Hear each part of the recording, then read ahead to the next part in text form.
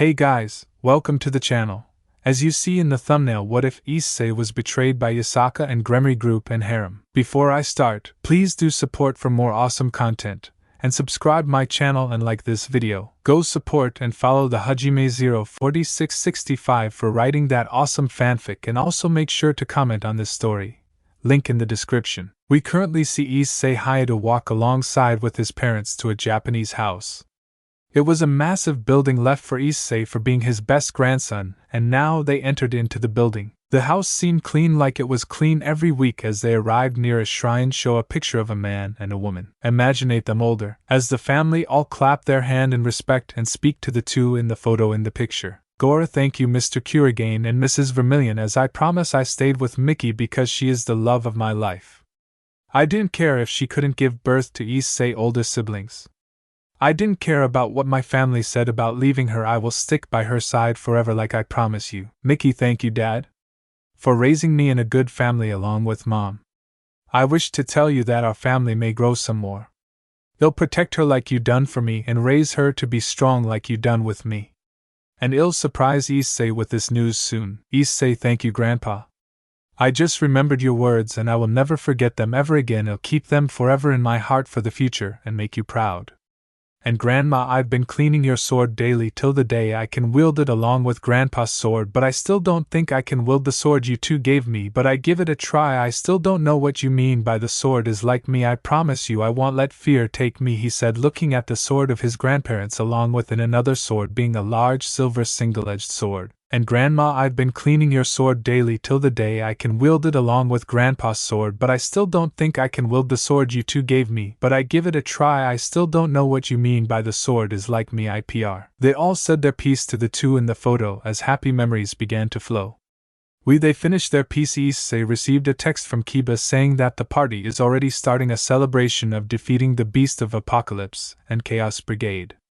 So Issei turned to his parents and hugged them and said, Issei, I got to go. But I promise that it'll change and make you guys and Grandpa and Grandma proud.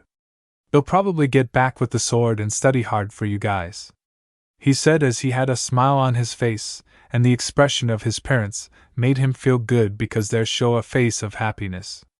So Issei turned around and get ready to leave with a pamphlet to get there faster instead of taking the train, but was stopped by his parents. Gora, take care of yourself and that party of yours. And remember, we'll always be proud of you, and if something happens you can talk to us, he said as he saw his son off with a smile. Mickey, yes, you can tell us anything, and if you need love advice with the girls, then ask me about it. It's better to ask the same gender. And take your time. I know I said I want grandkids, but take your time. Issei, don't worry, everything will be alright. I better get going. I'm the man of honor, of course, he said while heading off to a distance away from his parents to see him vanishing with the pamphlet. Without knowing that problem will show themselves when he would arrive and hurt his heart, but in darkness there will always be a light for those that need it. We see Issei teleport near some big double doors as guards who saw him smiled as they start to open the door. Our protagonist who used magic to change his outfit for the party. When the door opens, the guards gave him compliment like your suit fit you nicely. There goes our hero that made our protagonist happy and thank them and wish them well and enjoy this peace with their family and loved ones. When the door opens, the guards gave him compliment like your suit fit you nicely. There goes our hero that made our protagonist happy and thank them and wish them well and enjoy this peace with their family and loved ones. Make the guards give him a gentle smiles and nod. When he enters, everyone was happy on seeing him, and for some reason they could feel a change inside him.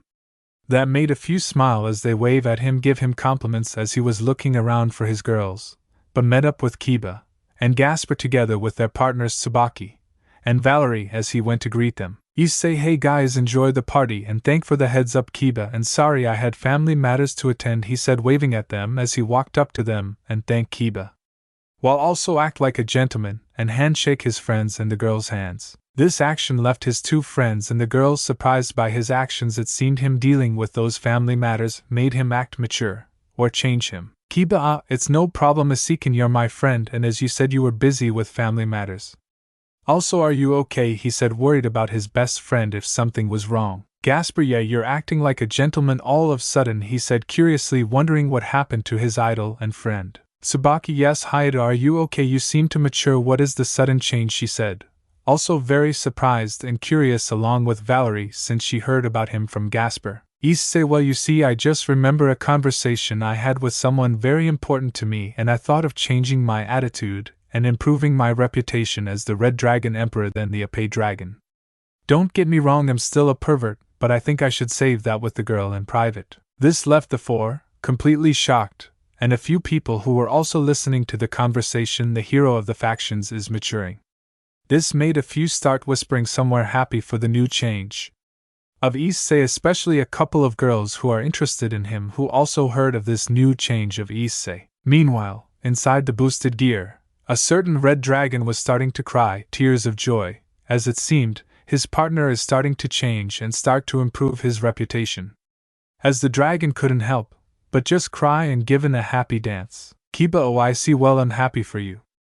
And I must say I like this new change of yours, he said, happy for his best friend. Gasper, yeah, I'm happy for you, senpai, he said, happy and wished to follow his example. The girls with the two also agreed they were happy for this new change of Issei. It seems he's starting to think more about the future, and couldn't help but just bring out a smile on them. Issei, yeah, thanks a lot, guys. By the way, have you guys seen Rias and the girls around? I haven't seen them yet, he said, looking around the room to spot his beloved Switch princess. Kiba, sorry, I haven't seen her yet, but if you like we can help you out, right guys, he said to everyone else, as they all nodded to help out Issei. As they look around from them, the party's music began to change the moment when he spotted one of his beloved, but in the situation that he never imagined. He saw Rias Gremory ing another man, and it wasn't just her but Asia Argino, Akino Himejima, Zenobia Korda, Kaneko Tuju, Irina Shidu, Rosweiss, Ravel Phoenix, Kuroka, Leifi Pendragon, Yasaka. This shattered the heart of Issei.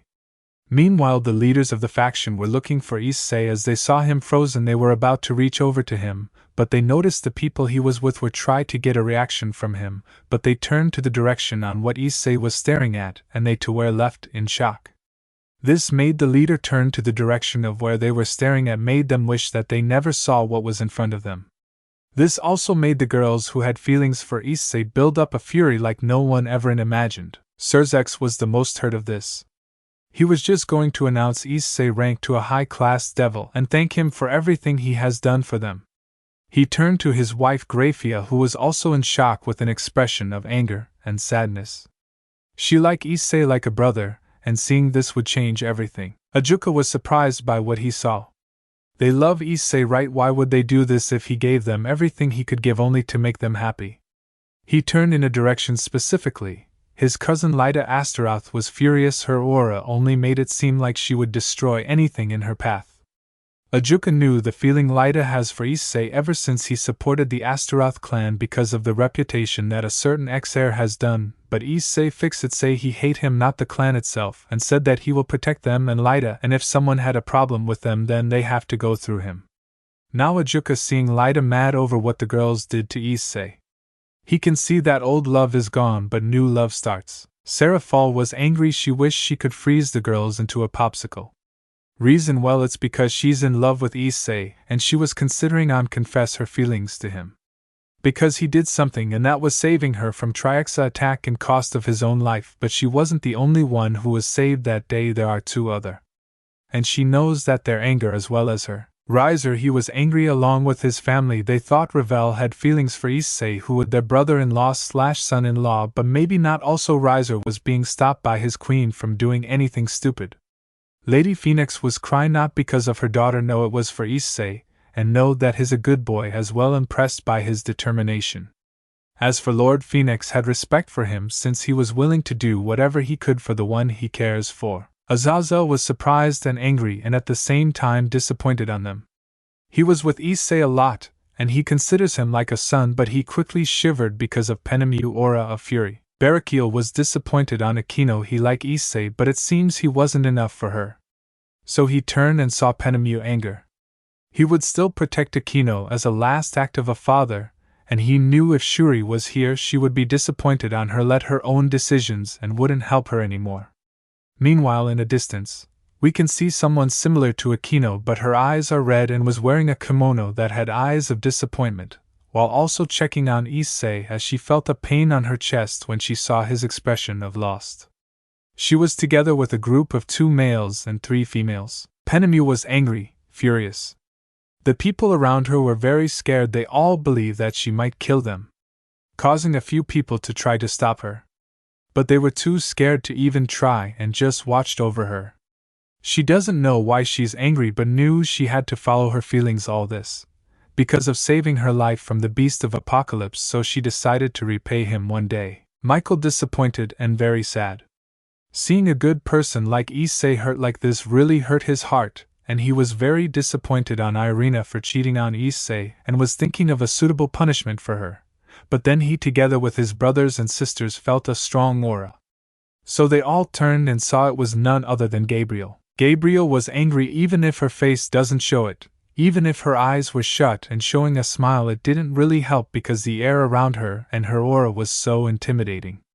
She cared for Issei since he also saved her life from the beast of the apocalypse. Griselda was very disappointed on Zenobia. She practically raised her, not to mention she also said that she would bear Issei children for a strong child. You can't make a strong child with just the best genes.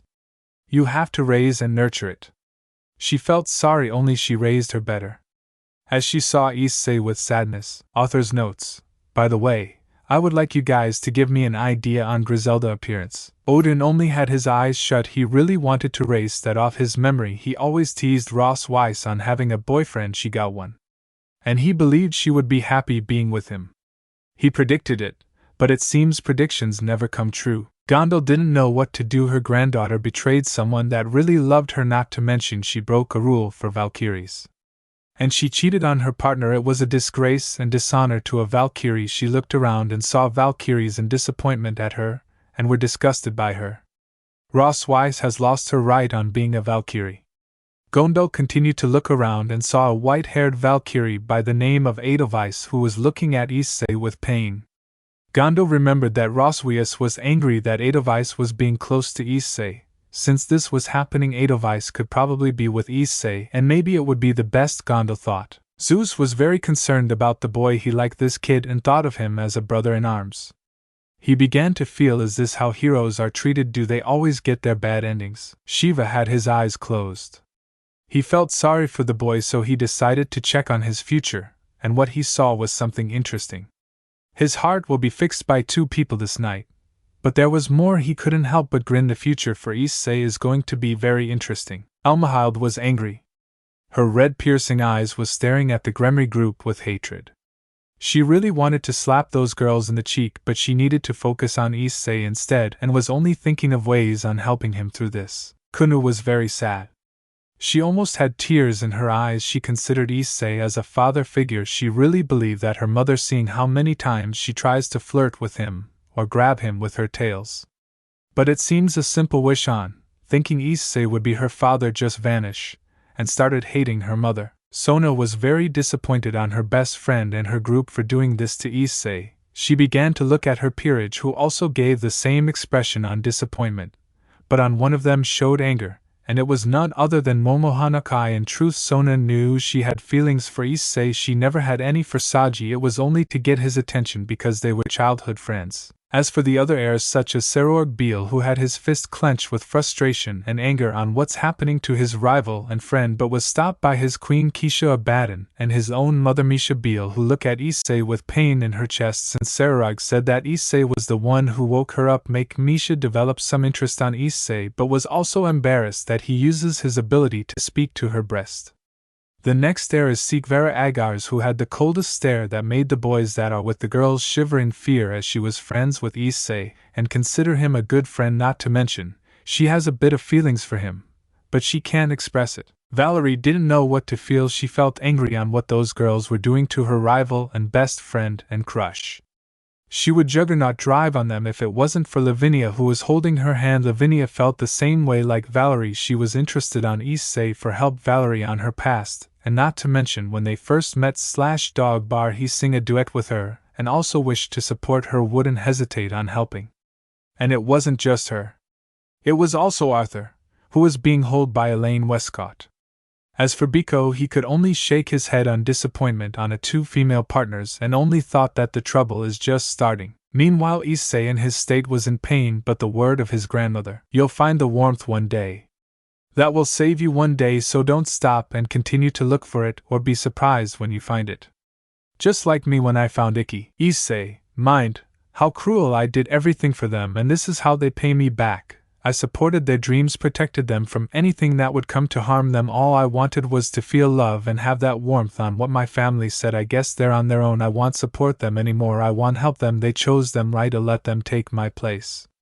I hope they have no regrets. He had a sad expression, but trying to act happy.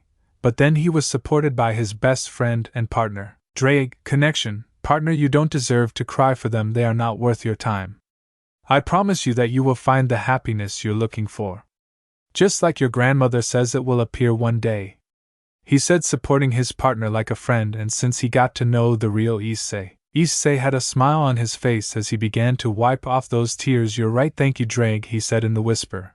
But then all of a sudden he was pat on the shoulder, and it was none other than Surzek, who had a face of worried. Surzek, Issei, I'm sorry for what Rias has done.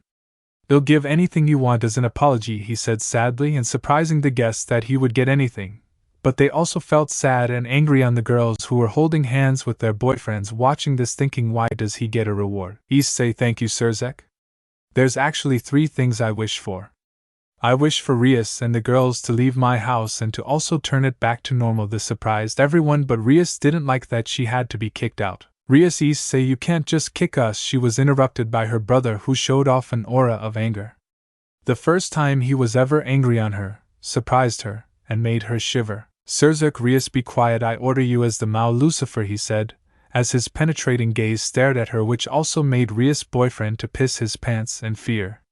He then turned to Issei with an understanding face. Understood, he'll have Grafia to start packing their things and move out. But as for the house, it's a gift. I cannot change it back to normal, but I can, however, make it a little bit smaller since you won't be needing the extra rooms, if that's all right with you, he said, since it was a gift for Issei. Issei nodded in understanding as he said, I understand, I accept those terms. As for my second wish, I wish to tell my parents about the supernatural. I can't keep hiding the secret anymore. Also, I wish to remove the hypnosis that Rias has put them. Everyone is surprised. He is going to expose the supernatural to his parents also. They were further disappointed that Rias used hypnosis on them. Surzek was surprised with the supernatural had to be kept secret, but he understood Issei's feelings. He couldn't keep it a secret anymore to his parents. He turned to look at the other leaders as they are given of approval. Except for Yasaka, I understand you're free to tell them about the supernatural. I hope you can explain it to them properly. And I'm sorry again for what Rias has done. He was disappointed on his sister. Even more, how far will she bring down the Gremory name? Issei, as for my last wish, I wish to become a free devil, and as you can see I can't serve Rias anymore, he said, leaving everyone in shock, including Rias herself. She was going to argue, but she was then again shut down by her brother, as he gave a smile, since now he can announce Issei's promotion. Surzek, I don't think that is necessary. This left Issei and everyone else in the room completely shocked, except for the leaders. Well, Yasaka didn't know though. Issei, what do you mean? Surzek, very confused and wondering what the Mao had in mind. Surzek, Issei Haidu, I would like to announce that you have been promoted to high class. You do not have to take the test, as you have proven it with your actions. Me and the rest of the leaders have approved this. Congratulations. Everyone in the room were surprised, including Issei, who didn't know how to feel anymore. He felt very happy. He achieved one of his goals. Even though that goal was supposed to be the same rank as Rias and to prove that he's an equal with her. But things changed. As for the girls, they were completely surprised that he made it to high class somewhere, thinking that he will complete his promise, since they promised that they would join Issei peerage when he becomes high class. Author's note: wow, what a bunch of morons. Well, one of them is a moron who thinks with her fist, and instead of brain. Issei, he was happy as he had a smile as everyone around him began to clap their hands in congratulations. It seems to live up the mood. Everyone, thank you. I'll do my best, he said with a lot of emotions, but had a question. When will I receive my evil pieces? Before Surzek could even say anything, he was interrupted by Ajuka. Ajuka, you can come to my laboratory tomorrow. I believe you need some time for yourself, don't you? He said, as Issei nodded while he began to take out the pamphlet, and was ready to teleport back to the human world, but was stopped by the girls. Asia Issei, congratulations on your promotion. Does that mean you're going to fulfill your promise that I would join your peerage? Said very innocently without noticing that Issei stayed frozen. As everyone began to wonder if she a moron, but before Issei could say anything he was interrupted by two other girls. Revel, that right, Issei-sama, you promised that to my mother that I would join your peerage again. Everyone was silent as the Phoenix were disappointed on Revel. Even her mother was upset, like, did she really say that? Zenobia, that right, Issei, you promised that I would be knight since my life wouldn't be interested with you around. Don't tell me you've forgotten now. Everyone was disappointed and angry. Clearly that declaration should mean he'll always be with you. Issei was in total silence. Are these three idiots? They're literally saying this right now, and do they expect him to have them around even while they broke his heart? Unknown to Issei, he began to let out an intimidating aura along with the help of Drake, who was also pissed off, made it even terrifying. Issei, are you idiots? Or what are you really saying that right now? Even though you guys cheated on me, you guys really think I would accept you to join my peerage? He yelled at in frustration and anger. What makes them think he would let them join? Asia, but Issei's you. But she then shut her mouth, seeing Issei's angry expression, gazing at her. Issei, I know I said I promise, but that promise is broken because of you girls. I won't make you join my peerage, he in fury as Asia began to cry, making Zenobia angry on Issei's attitude towards her. Zenobia, Issei, stop yelling, you're making Asia cry or else I have to use exterendal, she said, drawing her sword, leaving everyone in shock. Are you seriously pulling out your sword? But even before she could go over and reach Issei, she was then stopped by Griselda, who held a light sword that left Zenobia in shock by being stopped by her mentor/mother figure. Zenobia was going to say something but was punched in the stomach by Griselda, causing Zenobia to drop exterendal, and was being cured by Asia, who was in shock that Griselda would do this to Zenobia. As the mentioned Griselda pick up exterendal, while stare at Zenobia in disappointment. Griselda, you idiot, did you really draw your sword in a party? I really do think you have to take re-education. But this time I won't be there to teach you anymore, and as punishment I'm taking this away. You don't deserve Durendal, she said, walking towards Lord Michael, who took the sword and was considering something, so began to speak to his brothers and sisters, while Zenobia was left in shock. Zenobia, what are you talking about? Griselda, she said, very confused on what she meant not teaching her anymore. Griselda, just like I said, I ain't teaching you anymore. I am done with this attitude of yours. I believe you would change while being with Isseikan, but no, you haven't changed at all. Also, you no longer hold the name Corda. I am disowning you. I no longer consider you as my daughter. This left Zenobia petrified. The only family she had abandoned her. She didn't know what to feel, not to mention that her boyfriend isn't doing anything to help her at this moment. Also, see, and a few guests haven't realized that Griselda said Isseikan instead of Hayate, well, except for a few girls who are interested in Issei. Meanwhile, Issei was surprised that Griselda saved him, and also that he called him Isseikan instead of Hayate like she always does. But like an idiot, he didn't think much about it as he looked at Griselda with smile and grateful for what she had done. But he didn't know from this action made the Queen of Hearts had a tint of pink in her cheek, as she shook her head on thinking of being with a young man like Issei. But then an image crossed her mind of her together with Issei hold a baby. She immediately shook those images off her head. Issei, well, I'd better start going. I have a lot to think about. Please enjoy the party and Rias. Girls, I hope you have no regrets, he said as everyone said goodbye to Issei, and as for the girl that mentally said that they had no regrets. Author's note: they're going to regret it big time. Issei began to use the pamphlet to teleport away, even though the girls that have feelings for him were going to try to stop him. We stopped by Ajuka, who said to give him time. Human World Kapark. We currently see Issei in Kapark, the place where he died and was turned into a devil. He changed his outfit with magic, having a black jacket with his classic red shirt, while wearing black jeans and some sneakers as he begins to walk around the park thinking about his future. But then all of a sudden he heard a voice. It was someone singing. Out of curiosity he walked towards the direction of that singing, and as a beautiful foreign girl who appears to be in her late teens with long purple hair. She is wearing a white dress like a noble that exposes much of her large breasts, with high slits and long sleeves. She also wears a black mini skirt. This girl was currently singing a beautiful song that somehow captivated Issei. But not just him, but also Drake, who felt like he heard the singing before when he was still alive. So with nothing else to do, he began to shut his eyes and move his head following the rhythm of her singing. For some reason it really brought him in peace, he didn't know why. But it felt nice. After finishing her singing, she opened her orange eyes before she spotted Issei, who had his eyes closed and seemed to listen to her sing. She was surprised and never realized someone was listening to her, but then a voice in her head spoke to her. Connection, partner, don't panic, he is not here to hurt you. And his aura, he has a sacred gear, and judging by the aura I think it's the Welsh dragon Drake. The Red Dragon Emperor, so don't panic and trust me, the voice said to the girl who nodded and talked to the voice. Connection, if you say so, Kairi.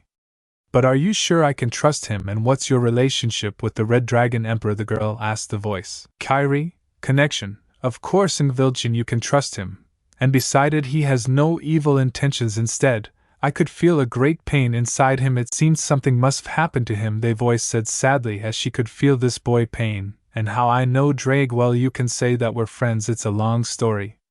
They'll be glad to tell you, but I think you need to focus your attention on him. The voice said all cheerfully when it came to Drake, her past. Ingvild, connection. Okay then, but I'm surprised that you know the Welsh dragon, she said mentally as she can't wait to listen to another story about her partner and sacred gear Kairi, also known as Nereid Kairi. Ingvild focused her attention on Issei, and for some strange reason she could feel him in pain, and for some reason it hurt her see that. Meanwhile, Issei, who was in a trance of her, slowly got his senses back, and he opened his eyes and noticed her staring back at him. Both started staring at each other. No one spoke, they just looked at each other. Before the girl started to speak, Ingvilda, you are the Red Dragon Emperor, right? She said. Very shy voice was so captivating made him pause for a second before he responded. Issei, yeah, who are you? He said, very surprised that someone knows about him. But he also couldn't lose focus, she could be an enemy. Ingvild, well, Kairi told me, I mean my sacred gear, she said, pointing at her neck, where appears a black necklace with purple gems as her eyes turned purple when she materialized her sacred gear. Where appears a black necklace with purple gems as her eyes turned purple when she materialized her sacred gear. Issei was surprised that she had a sacred gear since he could feel that she's a devil and human like Valerie. As for Drake, he was watching over this girl until he heard the name Kairi. A memory came to mind when he was alive and he was fishing together with another dragon, this one being a sea dragon, as they both seemed to laugh together and be happy. She was the first female dragon that hasn't asked to fight him to be his mate, or a dragon that tried to kill him. No, she was his first female friend. All of a sudden Issei, boosted gear, materialized and a voice spoke. Drake, Kairi, is that you? He spoke from the green gem in a voice of disbelief and surprise. Kairi, Drake, it's good to see you, I mean hear your voice. You know what I mean, she said with a small laugh. That caused Drake to laugh as well. Drake, yeah, I know what you mean. What are you doing here? Why are you sealed in a sacred gear? He asked, worried about his friend and wondering how the hell did she become a sacred gear. Did God kill her? If he did, Drake wished that he could kill him again, but Kairi's next words left him in shock. Kairi, oh, about that, I was killed by Tiamat, she said, dropping a huge bomb on Drake, leaving our two pairs devil in surprise on her word. For Ingvild, she never asked her because she thought it would bring her bad memories. For Issei, he was in shock. He knew Tiamat from Drake and asked him to stay away from her since she had killed all of Drake's former partner. Drake, oh wait, Tiamat, why? I don't understand, I need context. He basically shouted, why did Tiamat kill his friend? What was the whole reason for that to happen? Kairi, well, one day I was staying in your territory since I was being chased by some male dragons. I was thinking of asking you to let me stay for a while, but you weren't around, so I believe you went to fight Albion. So I decided to rest in the beach and wait for your return. Then all of a sudden I got attacked by a blue dragon I recognize as Tiamat. And as you know, I'm not much of a fighter, so I began to run away, swimming in the sea trying to lose her. But she kept trying to follow me and shouting, you whore, how dare you be around my mate, I will kill you so you'll never be around him anymore. She said I was going to tell her that we are friends, but she didn't listen to me, so she caught me and killed me, leaving everyone in the room silenced. The reason why she died was because of a jealous female dragon who thought of taking her mate. Drake was in shock that happened to his friend. Inside the boosted gear, we can see Drake being enveloped with a red aura, and he was mad. Tiamat killed his first female friend out of jealousy. He was pissed. He thought Kairi abandoned him, but no, she was killed by Tiamat, and spoke to Issei, partner, I'm going to ask you this, are you with me? He shouted, surprising Issei, frightening Ingvild.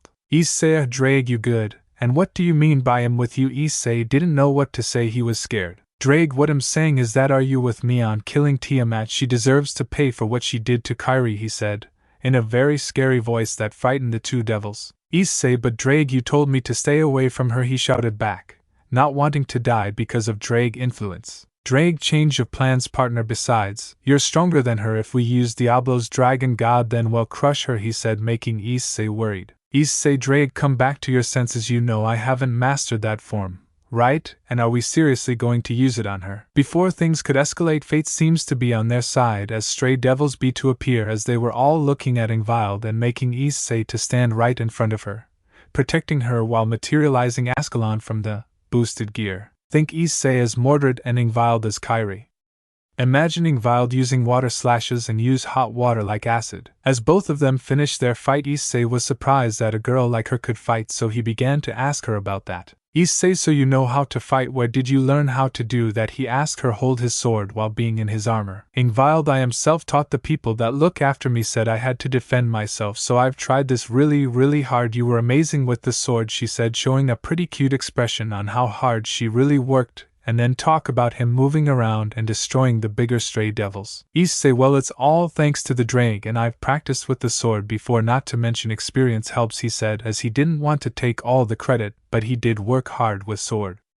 But he needs to get back to training to improve. Ingvild had a complicated expression. How many times has she been attacked by stray devils? Then she, realizing why it was because of her power, and thought that she could bring trouble to a lot of people, as Ingvild looked at Issei's sword and said, Issei, could you please kill me? This left Issei along with his partner Drake in shock as Kairi began to shout back. Kairi, Ingvild, no, I won't let you die. I understand why you want to die. Not to mention you woke up from that sleep disease, the purple gem shouted at her partner without knowing that Issei heard what she said. She had the sleep disease that puts devil into an everlasting sleep. Issei, you woke up from that disease? Wait, that means you're older than me. He was surprised. He didn't think she was that old, but can you how grave that disease was? It must mean that she doesn't know what happened in centuries. Ingvild, that right, Issei, I am a lot older than I look. I was asleep in this age, and I lost my adoptive parents when falling asleep for 100 years, she said sadly, about losing people who were important to her, and had a thought, besides, the people I knew are no longer here, and am sure no one would grieve for a stranger, so please, Issei. Issei, he was saddened to hear her story, that she lost the only people that can about her, and began to shake his head and said, I'll cry for you. I will be sad and mourn over your death because you're my friend, and besides, I believe that your adoptive parents would want you to live, he said as he made Ascalon disappear and hold her hand as Ingvild begins to cry. Ingvild was surprised even though she met Issei, and they fought together for a little while and talked in a short time. He considered her friend as she cried, but then was surprised even further when Issei hugged her. They stayed silent as she continued to sniffle, but she gradually calmed down, and for some reason she felt a strong warmth in her chest. Instead of pushing herself away from Issei, she wrapped herself tightly on Issei to receive more of that warmth. As for Issei, he was surprised that Ingvild hugged him tightly and also felt a warmth in this chest that was healing the pain he had suffered from the girls. Ingvild begins to look at Issei and says, then I beg you help me, Issei, and teach me what I miss, she said in tears as she noticed Issei's reassuring gaze. Issei, I promise you I will take care of you. We'll find out something about your treatment. We can do anything you want. If you want to sing, then let's sing. I'll even take you to the beach, he said. This time he would make a new promise with a new friend and he would keep it. But then all of a sudden they felt shivers, a dark ominous feeling as around them, as Issei was in front of Ingvild, as he noticed someone appearing from the darkness. A beautiful young woman with a cute face of a child, with long black hair and with pointy ears. She wears a cute frilly dress known as Virgin Killer that has a corset jumper skirt. Her body also gives out a tremendous dark aura. Issei was in guard. He could tell that this woman is strong, and using his senses, he knew she is not a devil, angel, fallen angel, but a divine aura, which means he's in front of a goddess. Issei was in guard. He could tell that this woman is strong, and using his senses, he knew she is not a devil, angel, fallen angel, but a divine aura, which means he's in front of a goddess. The woman in question was looking at them before she gazed to Issei, who looked at but had a shiver passing through his spine, but it got worse when she winked flirty towards him. Meanwhile Ingvild was jealous but was also trembled a little when the goddess gave her a mocking look, making Ingvild hide her face in Issei's neck. As the goddess spoke to them, Goddess Red Dragon Emperor, also known as the Issei Dragon, she said the title of Issei, who decided to change it in the future because right in front of the girl he swore to protect became embarrassing. Meanwhile, Kairi was laughing at Drake for such a title. As for Drake, he was given a hard blow in the heart, and got really depressed that his female friend was laughing at his stupid title. But Kairi said next left Drake wished that if he was still alive, he wished to make Kairi his mate. Kairi fufufu, that really is a funny title, but honestly it kind of suits you. If we were still alive, maybe I should have showed more of my breast. This left everyone quiet. Meanwhile, Issei supported Drake and tell him that he should have made Kairi his mate. As for Drake, he couldn't help but agree and curse his damn luck. He could have had a mate, but he died. Meanwhile, Ingvild was thinking that Issei likes breasts. She began to wonder if hers are the perfect size or are Issei preference, as Kairi said that her breasts are perfect. The two devils, together with their dragons, were speaking to each other silly. Meanwhile, the goddess was annoyed and felt like she was left out, so she started a tantrum. Goddess, hey, pay attention to me, I was talking to you too, she said very angrily as the two devils began to apologize to her. As the goddess began to cough and start her dialogue again, ahem, hello Red Dragon Emperor, an Ingvild Leviathan, descendant of the original Leviathan. This left Issei in shock to think his friend is a descendant of the original Leviathan, but before he could question Ingvild, the goddess interrupted. I am one of the primordial gods of Olympus, Nyx, the goddess of night, she announced proudly. As this left both of them surprised because Issei never met Nyx despite his visit to Mount Olympus. As for Ingvild, this was the first time she ever met a goddess. Issei, so tell me what brings a goddess of the night here, he said as he was still in guard but also wondering why is she here. Nyx, I am glad you asked that question, Red Dragon Emperor. I am here for the Leviathan, she declared, putting Issei even further in guard. As Ingvild was surprised by this and asked why her. Ingvild, why do you want me, she asked as Nyx began to float and starts to get closer to them before responding. Nyx, sorry, but that's classified and I won't tell you. So I recommend you, Red Dragon Empire, to move aside or else you have to fight me, she said as she begins to get closer to them. Meanwhile, Issei refused to move, but he really wanted to know why does she want to take Ingvild, so he used his trusted ability on talking to Breast and asked Nyx Breast on the reason.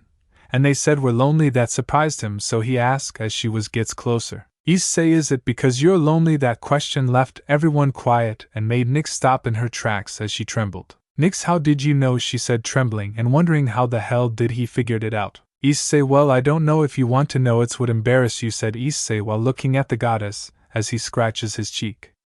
While Ingvild stared at him. Nyx, say it or you'll receive a divine punishment, she shouted at him. Ingvild, Issei, say it please, she gives puppy dog eyes. Issei, he felt pressured and charmed by the two girl and said it, well, I spoke to you, Breast, and asked them the reason why you want Ingvild, and they said we're lonely. He said make both girls have pink cheeks. Reason for Nyx's because he spoke to her breasts like it was normal and felt like she was betrayed by her own body. It seemed like her feelings are very honest. Damn it, she doesn't know what face she making right now. Ingvild, she was surprised by Issei's ability on talking to Breast, but she understood Nyx now. She must have been lonely as a goddess of night, so she walked up to her and hold her hands and walks her towards the near bench, then let talk about it. Nyx was surprised by this, but she didn't shake Ingvild's hands away, instead followed her and sat on the right side of Ingvild as Issei sat on the left, having Ingvild surrounded by both sides as she was hesitant on say her why she was lonely, but the reassuring gazes from both of them made her take a deep breath and spoke about it. Nyx, I am the primordial goddess of the night. At the beginning I was with other primordials, but then they vanished or returned to their domains. I was left alone, completely alone. Even my brother Erebus walked away. Nyx looked at the ground. Her words sounded with sadness and loneliness. Then the Titans appeared, but it was a dark time. Then the Olympic gods rose up. They feared me, but after a certain time, they don't care anymore. I was left alone again. The two devils were surprised she was left by everyone, even her own brother. They felt really sorry for her. I tried to bother others to gain a little attention, but it wasn't what I was looking for. When I fought Ingvild, I thought maybe I could make her my friend since we're both strong, but I thought you wouldn't want to be my friend for being a goddess, so I decided to kidnap you, but I guess failed. Hus, sniff, sniff. Nyx began to cry, worrying the two devils. Ingvild didn't know she felt that way, neither did Issei. But Issei got up from the bench and walked to be in front of Nyx and hugged her. The primordial goddess, for the first time in millennia, started to cry with sadness and joy. Sadness for her years of loneliness, and not wanting to leave this warmth that Issei was provided. And joy to have the opportunity to finally have friends, but something else was growing inside her when she was with Issei. Ingvild couldn't help it, she couldn't. Her tears fell from her eyes because of the loneliness Nyx must felt. She approached and took the goddess' hand together with hers while Issei was trying to stop Nyx from crying. Okay then, we can be friends if you want to. Nyx raised her head. Her eyes shone a smile as she nodded. Nyx, thank you, I would love to be your friend. Ingvild Leviathan. Nyx smiled happy with Ingvild before turning to Issei. You too, Issei Hayata, do you wish to be friends with a goddess? She was nervous from the answer. Issei, sure, I would love to be friends with you, and if you need anything, don't be afraid to ask. Also, you're free to visit my home, he said with a smile. Time skip. Issei Hayata was currently in Gregory together with his girlfriend Valerie Lucifer to support Gregory in keeping all the inventions in a completely isolated and safe room to prevent anything from being stolen. It was several hours in which he was arranging boxes, storing important items and other things. At least that was what he could do after everything that he's been through. So to start with, after the events with Nyx and Ingvild, they said goodbye to each other, but since Ingvild had no place to stay, Issei invited her to his house, where he told her that he was going to explain the supernatural to them, and remove the hypnosis that is placed on. After explaining the situation to his parents, they took it pretty easily, but they were still surprised that they had Lucifer in their house. But they were also very angry on the girls for cheating on Issei.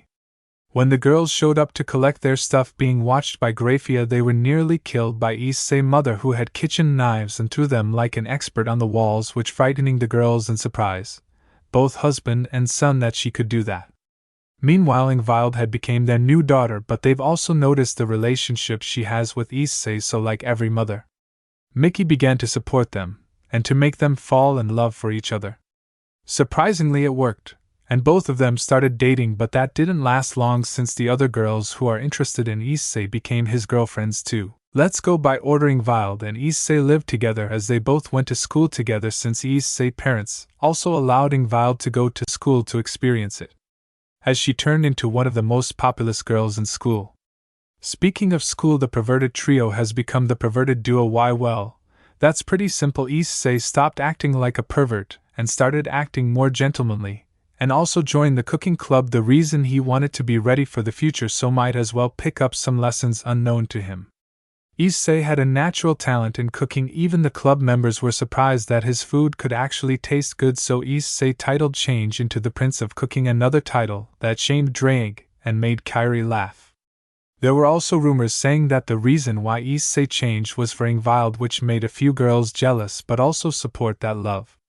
Sadly, this even went to the ears of the Gremory group, who seemed to not have a good day. The relationship between Issei and Ingvild has deepened in the past years. Ingvild supports Issei in his training sessions, and as her queen, that right, his queen, Ingvild asked to join Issei's peerage, and he agreed, but sadly problems showed up, and that being the Devil Council. They tried to force Ingvild to be an incubator for being the last descendant of Leviathan, but this didn't go well as the Devil Council no longer exists anymore. It almost seems like they were wiped off the earth. But luckily young devils took their places and started having new ideas for the devil world, changing it into a better place. It seems things were going better for the devils. By the way, the Issei Dragon show was changed into the Crimson Dragon show, with the Crimson Dragon Knight and the Sea Princess became the most popular couple, then the Issei Dragon and the Switch Princess.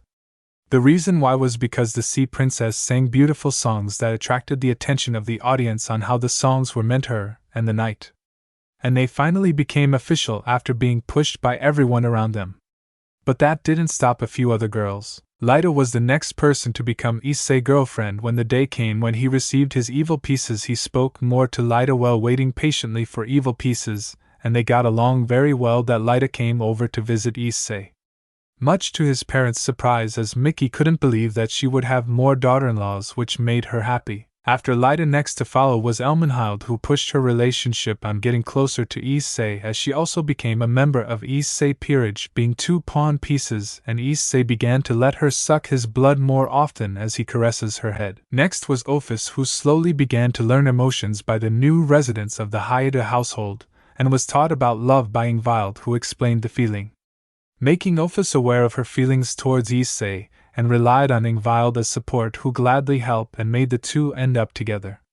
By the way, Ingvild supports the harem idea of Issei since she knows he won't choose one and treat them any different but love them equally. Next was Sigvera, who took her time on trying to be with Issei alone, as the two mainly talked about anime and mecha, but one day Issei decided to give a present, and it was a limited edition Gundam, and presented it to her that left her completely shocked. So both of them started to have feelings for each other, as Sigvera started to stop acting cold towards everyone around her, making the people around her happy to see her smiling, and they knew it was because of that Issei. Even Sigvera parents began to start planning on their engagement, as the two mentioned didn't say anything about it. Next was Nyx. It took her a while to understand that she fell in love with Issei, who has done nothing but support her and give her anything she wants, to the point where she clung to him like a koala for one entire day. Next finally accepted being part of Issei harem. Also, let me not forget that she said that she also fell in love with Ingvild and claimed that she was Bayul. Edelweiss was next, as she was no longer blocked by Roswi, as she decided to finally speak to Issei, as the two seemed to get along pretty well.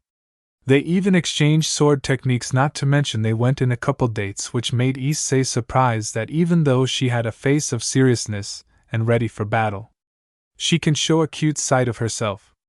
Not mention her pies taste good. Not mention her pies taste good. Momo explains to Issei about their childhood, leaving Issei surprised that he never realized that Momo was the white lily princess who he always protected from any danger when they were kids. They slowly started dating, and eventually Issei asked Sona for an exchange of pieces with Momo, which the mentioned girl accepted and wished Momo good luck along with her peerage partners. Also, Issei congratulated Saji on winning Sona's heart together with Ruruko. Valerie, she took a while to finally express her feelings on Issei, as the mentioned boy was surprised that his rival actually had a cute side instead of a battle-hungry Tobal. Not to mention that Albion and Drake realized why they fought in the first place, and it was just for fun. They didn't hate each other. They just played around.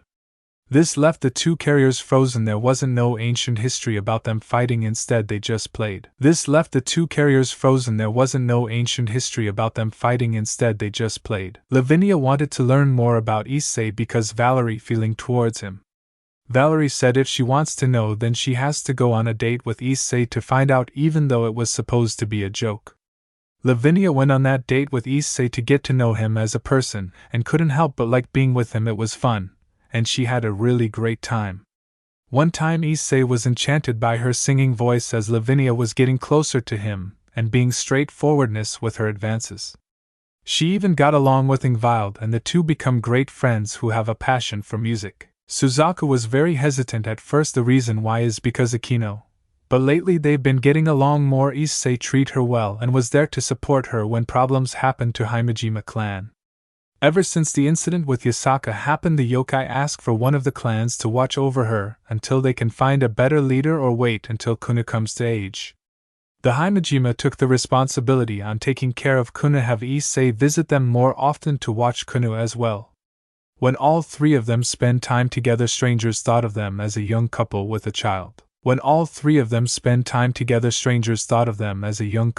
a child. So Issei's life was filled, but nothing but happiness. He had girls that love him, a good home that was left for him by his grandparents. He got back to training to get stronger for the girls and the factions, while also wielding his grandparents' swords, being, in Tetsu, Levitine. But one day when he invited the factions' leaders to his home and made dinner for them, which made everyone surprised by his delicious cooking skills, that made women who were interested in him were even more interested. But then Michael looked at Issei's personal sword and asked about it. Issei told the story that it was a sword they found in a temple and given it to him because it resembles me, something he didn't understand. But the factions could understand it when they look at Issei. Then the sword, it was like they were perfect, and said why he can't wield it because of fear, because it gave him nightmares. Seeing himself with the evil smile that was terrifying while hold the sword on his right hand and cover in armor. After telling his story, Azazel began to pull out a device and analyze the sword, and found the problem was that the sword is a demonic sword with the interesting ability of sealing soul or object, and use said ability of who it seal. Issei was amazed by his sword, so asked Azazel to stop with the nightmares, so he agreed, having Penemu to help as Michael asked to help along with Gabriel, Griselda.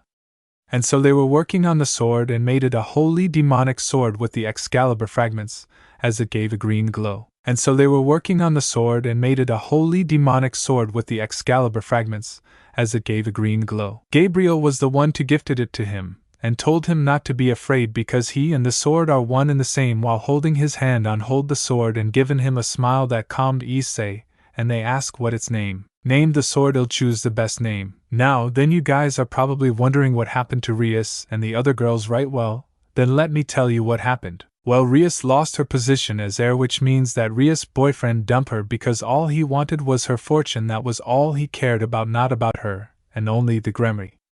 But sadly, poor fool had died by the hands of an angry mother who didn't care about her anymore. But Rias wasn't the only one suffering. Next, Asia boyfriend. The relationship could be said great if you consider it a compliment, since Asia boyfriend was just so annoyed by Asia for acting like a small animal that needs to be protected, not to mention they hardly even talk, making Asia cry that she's not doing anything good enough. That annoyed him since he has to calm her down. But when they were separated, Asia's boyfriend cheats on her behind her back. Until she found out, and couldn't do nothing about it. All she could do is cry. Next, Akino boyfriend at first act like a kind gentleman, and very cunning in the first date, but then he got sharp and cold with her, trying to touch her more despite her pleas. But then Akino didn't know what happened. She was greeting a classmate, then the next thing she saw was that she was on the floor holding her cheek as her boyfriend had a sweet smile as he said, "You can't talk to other men than me." But was worse was that he humiliated her in the streets, saying that he breaks up with her for being a slut. Make Akino run home and tell her father everything. As for her boyfriend, he got the beating he deserved, but the damage was done. Akino stayed depressed, and the only thing that calmed her was a shirt of Issei. Zenobia thought everything would be fine with her boyfriend, who was the captain of the school's soccer team. She tried to go out with him. She thought he was the one who would give her a worthy heirs of her blood. Everything was a stupid illusion. He was only been interested in her to lose his virginity. And to add insult to injury, he was weak. He always run from a fight, not even trying. Sometimes leaving Zenobia behind. If only she listened to Griselda that have a child isn't just on have strong, brave children warriors, but love that was created by two who love each other. Sadly, she won't ever have that because her boyfriend left her and Issei would never come back. Irina stopped being an angel and her parents were nothing but disappointed on her. They treated her the same, but not with much love. Speaking of her boyfriend, he was nothing but a control person. He really got annoyed when she starts saying things about God and worshipping him like a fanatic. Eventually he left her, saying that he doesn't want to be with someone that annoys him too much. If only she stuck with her promise on being with Issei. Kaneko relationship didn't last very long. The person she was dating only done it out of a bet and said he would never be interested in a flat, short, unexpressive, who doesn't even bother showing a smile. Which led her into depression and desperately trying to look for the warmth she used to had. Those caresses on her head, sit on his lap, pamper her by feeding her sweets will never return. Ravel relationship ended the same time as Kaneko. Ravel boyfriend seemed to be the ideal partner, a handsome and athletic gentleman. She tried desperately on inviting him to tea. He said it was boring and said to stop act like a grandma as he show even more disrespectful towards her and the clothes she wears. But the worst was when he insulted her family. Let's say her family found out about this and roasted him to ash. She was brought back to the House of Phoenix. She tried to be Issei manager again, but he got new manage and the show changed a lot with a new heroine. Roswius wasn't allowed to go to Asgard anymore, and her grandmother Gondel never wanted to speak to her ever again. As for the Valkyries, they considered her an outcast, not thinking of her as a Valkyrie but a slut. What was worse was that Edelweiss is dating Issei, and she seemed to be happy. As for Roswius' boyfriend, their relationship was only last a week. He was a handsome teacher who tried to have his advances towards her until realizing that he was married and had children, and the reason for dating her was to boost his ego. Yasaka relationship was terrible. The guy wanted political status for the leader of the yokai faction, also being known as the most beautiful woman of all factions, was deceived. The worst was the relationship with her daughter, who wanted the Red Dragon Emperor as her father. He partner didn't treat Kuna well, instead he insulted her and scolded her. But one day Kuna had enough and punched Yasaka's boyfriend in the ball and said that Issei was a better father because he takes care of her and protects her while make her smile, and ran away to stay with Suzaku, who was currently going to be Issei's lover. But one day she heard that her boyfriend was sleeping with another yokai, and said that he would remove Yasaka and make his lover the queen, so she kicked him out. And she desperately tried to get Kuna back but couldn't because of the yokai, and Himejima family didn't let her pass. Kuroka's relationship was nothing but a lie. He was a liar who said that he could defeat a dragon and didn't care about her to beat her and slap her just to prove his superiority. One day Kuroka escaped and tried to see Leify but was attacked by Arthur, who said that a cat from the street doesn't belong here. Next she tried to see her leader, who was on a date with the man she left, and felt envy on seeing them happy together. And now she became a wandering cat on the streets until joining Ria's group just to have a roof over her head. Leify's relationship was terrible, as its time shows off her discoveries on magic. Her boyfriend steals it and makes it seem like it was his idea.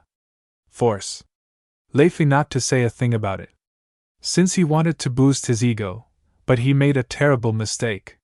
When he was going to hit Leify when Arthur arrived and saw this and decapitated him. She was forced to go back to the Pendragon house and stop learning magic and start act like a noble, and being stuck in the house only able to come out if it's by her brother's side. All because they wanted a mature and strong handsome man who is not just a pervert like Issei once was, and they considered him a child. But would a child really save them from Chaos Brigade and the Beast of Apocalypse? Back with Issei. He was finishing with his task that should have took him some more hours. But he got finished really fast. He was thinking of spending his time with Valerie, but he wanted to see if Azazel had any more work for him. So he began to look for him until he was told that he was in a personal project he was working on.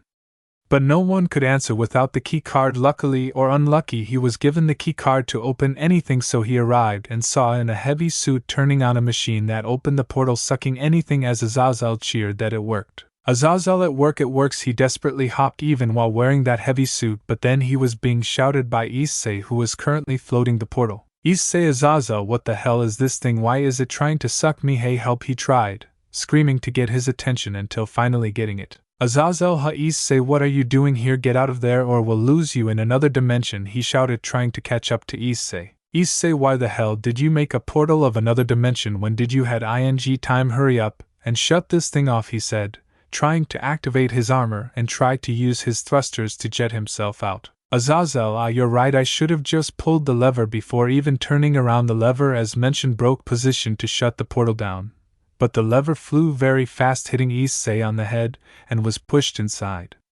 As the portal started to close, but Issei's last words were heard. Issei, Azazel, you bastard, it was the only words echo. Azazel just stood there frozen. He looked at his machine and saw that it was destroyed from the inside. He was going to tell the leaders, but then he was interrupted by someone opening the door.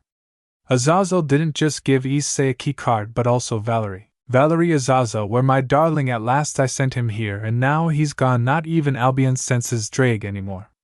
So I'm asking you, what did you do? She was very angry and knew that Azazel did something. Azazel, how the hell do you think I did anything? He basically was in panic. He knew he was gonna be hunted down. Valerie, that's easy because whenever a problem shows up, it's always you, she said before looking at the portal, then looking at her surroundings, noticing a wall, the project named Dimensional Travel, and just like that, she blew up and started to hunt him down. But she also called back up Ingvild, Nyx, Momo, Lavinia, Suzaku, Sigvara, Lyda, Edelweiss, Olphus, and also told Penemu about what happened, so she contacted Gabriel, Seraphal, Griselda, and Misha. Azazel, I guess it's true, never make a woman angry, he said, avoiding the explosions and attacks coming after him, not even trying to look back. Legs and wing don't let me down. Unknown location. Pain was the first thing Issei felt. A permeating headache grinded his forehead, arresting him of any will to move. A simple twitch ignited the wounds, aches, and sores throughout his body. It was best for him to not move. Stillness offered an escape that he savored. Then a wet something streaked across his cheek, jolting a groan from him. QQ, the assailant's wet lashings sizzled upon his inflamed skin. QQ, the assailant's wet lashings sizzled upon his inflamed skin. What was this thing that refused to grant him any reprieve? Foe, there you, a girl's voice called out. Wait a moment. Who did you jump on this time? Oh no, what happened to him? Issei could hear footsteps rushing towards him. Each step intensified his headache. A hand like a breeze on a summer day pressed against his forehead. He's running a high fever, and his clothes are such a mess as that blood. I need to bring him to Dr. Roman. Mashu, did you find Fo yet? Oh my. What's going on? Another girl called out. Mashu, Ritsuka-senpai, he's hurt. We need to bring him to the infirmary, the girl pleaded. Ritsuka pressed her finger against his wrist. His pulse isn't irregular, despite his heavy fever. All this blood on his clothes. Did he get attacked? Is he conscious? Issei opened his eyes, wincing at the bright lights from the ceiling. Few tears rushed out to soothe his aching eyes. All he saw a shade of pink and red. Weary blink settled the shades into two people, a short pink-haired girl with glasses and a red-haired girl. Something wet, perhaps a lick, drew his attention to a white-furred animal at his hand. Issei, who are you? He struggled to form coherent words. Where am I? Drag you there. Ritsuka, easy now. And Ritsuka Fujimaru. And this is, the red-haired girl pointed to her companion, Mashu Kirilight. Well, get you to Dr. Roman. Can you stand? Issei'll try. With a shaky nod, he staggered to his feet. His knees were shaking. If Ritsuka and Mashu didn't hold onto his arms, he would have fallen. They set off down the hallway, one step at a time. He grimaced. Thanks, Ritsuka, don't strain yourself. Do you recall what happened to you? Issei, he was going to answer, but a voice prevented him to and was giving him a headache. He remembered that voice. It was Drag, so he decided to keep quiet from his newfound companions. Ritsuka, never mind, you're not in any condition to answer. The infirmary is just around this corner. Issei sighed in relief on not explaining what happened to him, and only thought. Issei, mind, Azazel, where the hell did you send me? Issei was looking around until he saw a sign. Medical care, Dr. Romani Archaman. The door slid open to reveal a smiling man eating a slice of cake at his desk.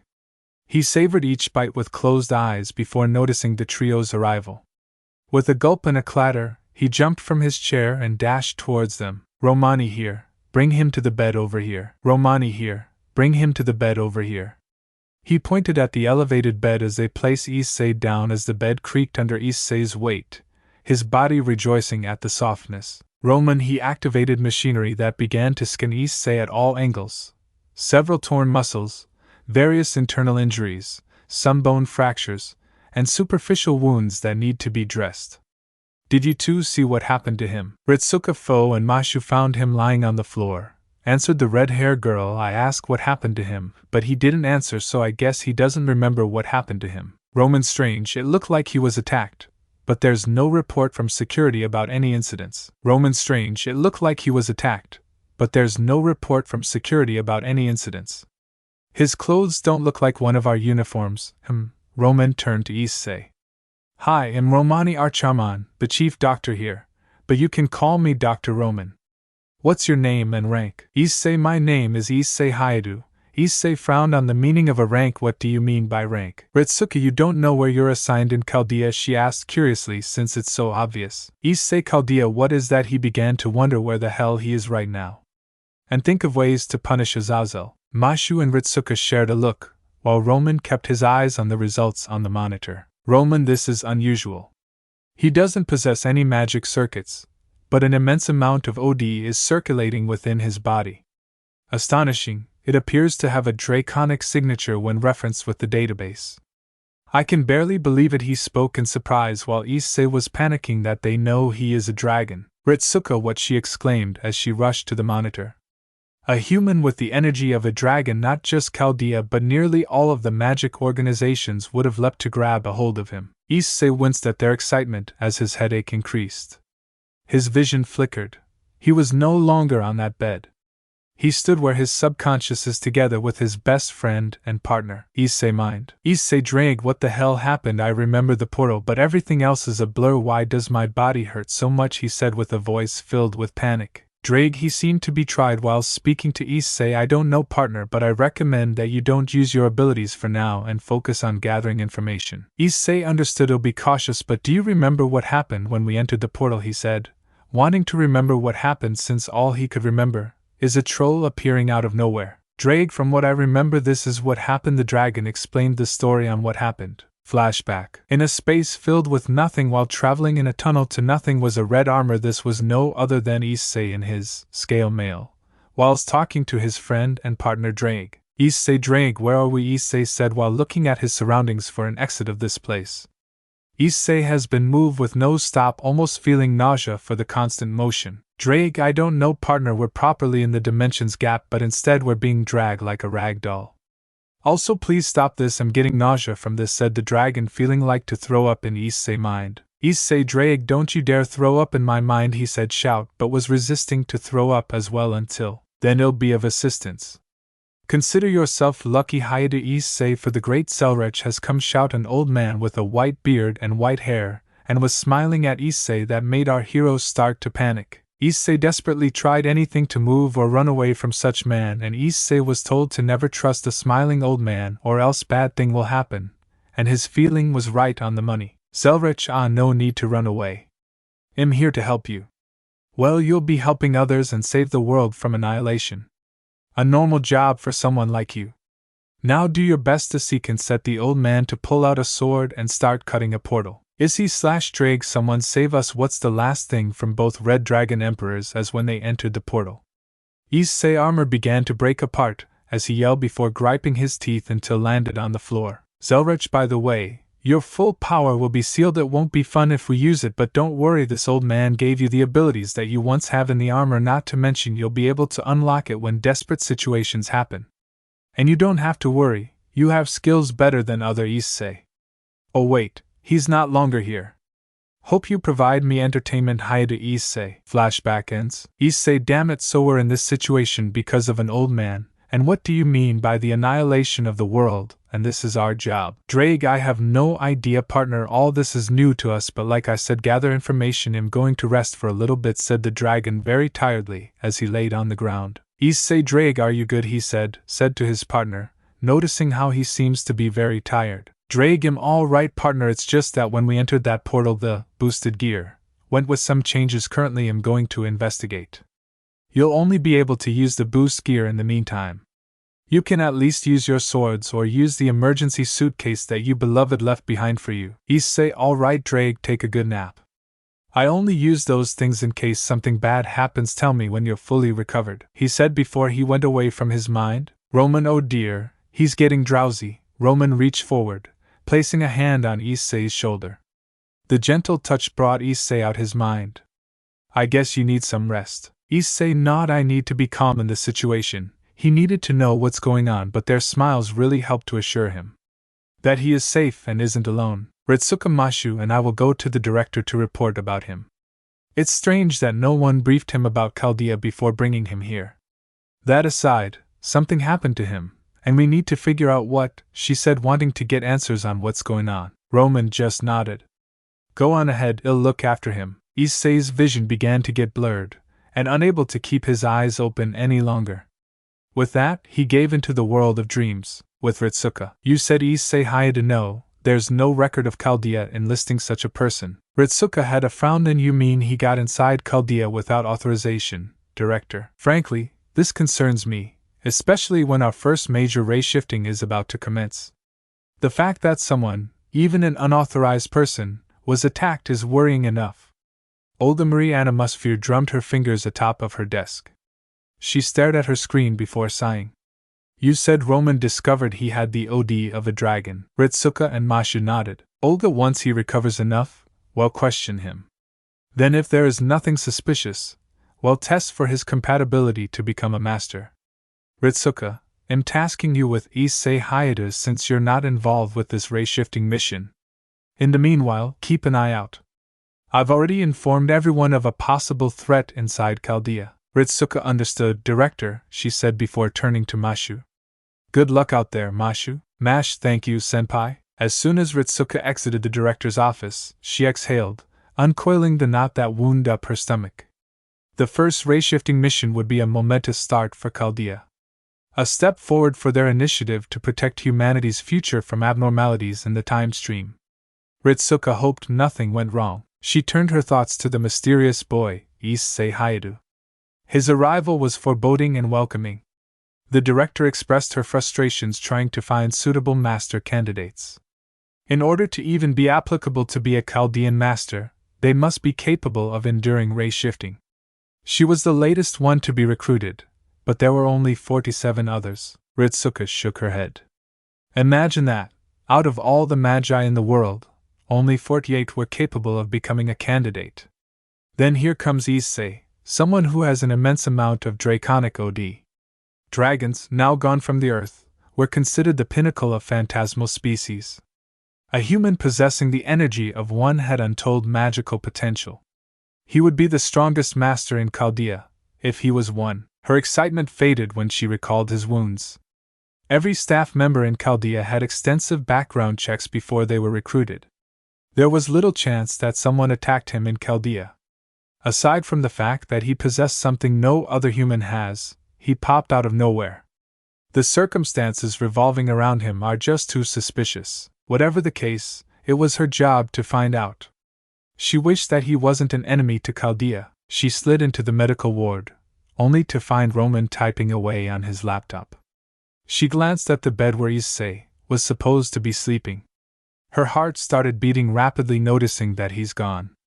A shiver ran down her spine and quickly spoke to the doctor. Ritsuka, doctor, where did he go? She said, very panicked that he was trying to escape or something. Roman, actually, he was healing pretty fast, and he asked me if he could go to the bathroom, so I told him the directions and he left. Don't worry, he'll be back in a minute. He said not to worry about it. Ritsuka, wait, how did he heal so fast from such injuries, and did you really let him go to the bathroom without accompanying him? She couldn't believe he healed up pretty fast. He must have some bandages. Roman, let me ask you something, does it feel comfortable being accompanied by a grown man to go to the bathroom? He said, since he could understand Issei feeling it would be strange, being accompanied by another dude like a child. Ritsuka, I'm gonna look for him and bring him back, he might not know his way back, she said, rushing to find Issei. With Issei, he came out of the bathroom. The reason why he had to go is because he didn't felt so good from his stomach, it seems being dragged around like a ragdoll in that dimensional gap really did a number to his stomach, and also he couldn't help but have the feeling to use the bathroom. Issei, thank God I have those phoenix tears in case for emergencies. I'm slowly healing up. I did had to take one before that doctor could notice. He said, beginning to walk around, but looked out in the window and saw that it was snowing. Okay, I can't go outside, just where are we? Issei couldn't help but admire the view on how much snow there was. It wasn't a very big fan of the snow since he's a dragon, but the human part of him enjoys it when he used to be a kid. He began to wonder how everyone else are. He began to shake his head. His girls were tough and hell come back. So he continued his journey back, trying to use his memory, and where the medical center was until he accidentally bumped into a girl followed by 6 others who watched this. Issei, oh, I'm sorry, I didn't look where I was going, he said before offering a hand to the girl who bumped into have an eye patch on her right eye. It's fine, you should watch where you're going. She passed for a minute before noticing his injured torso. Are you alright? Issei, oh, this I'm alright, still hurts. But I'm healing right now, he said, showing off his smile before her companions began to speak. Oh my Ophelia, did you have one of those love encounters I've heard about? Ask a man, or he seemed to be a man in Issei's eyes. Ophelia, no, I didn't. Pepe besides his has to go to the medical center, said the now known Ophelia. Issei, I was actually heading over there right now. I only left because I needed to use the bathroom. Answered very calmly, watching this group seem to be wearing some kind of diving suit. Come on, we don't have time to deal with this guy, we have to go and get ready for the ray shift, said a sliver-haired guy who had the face of someone who looks tired. As the other 4 studied to agree, but one of them was staring at Issei, very curious. Ophelia, you're right, Kadak.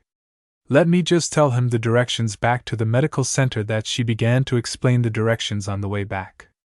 I hope you got everything. By the way, my name is Ophelia Famersalone. I hope we see each other again. She began to wave goodbye and follow the group. Issei, thank you, Ophelia.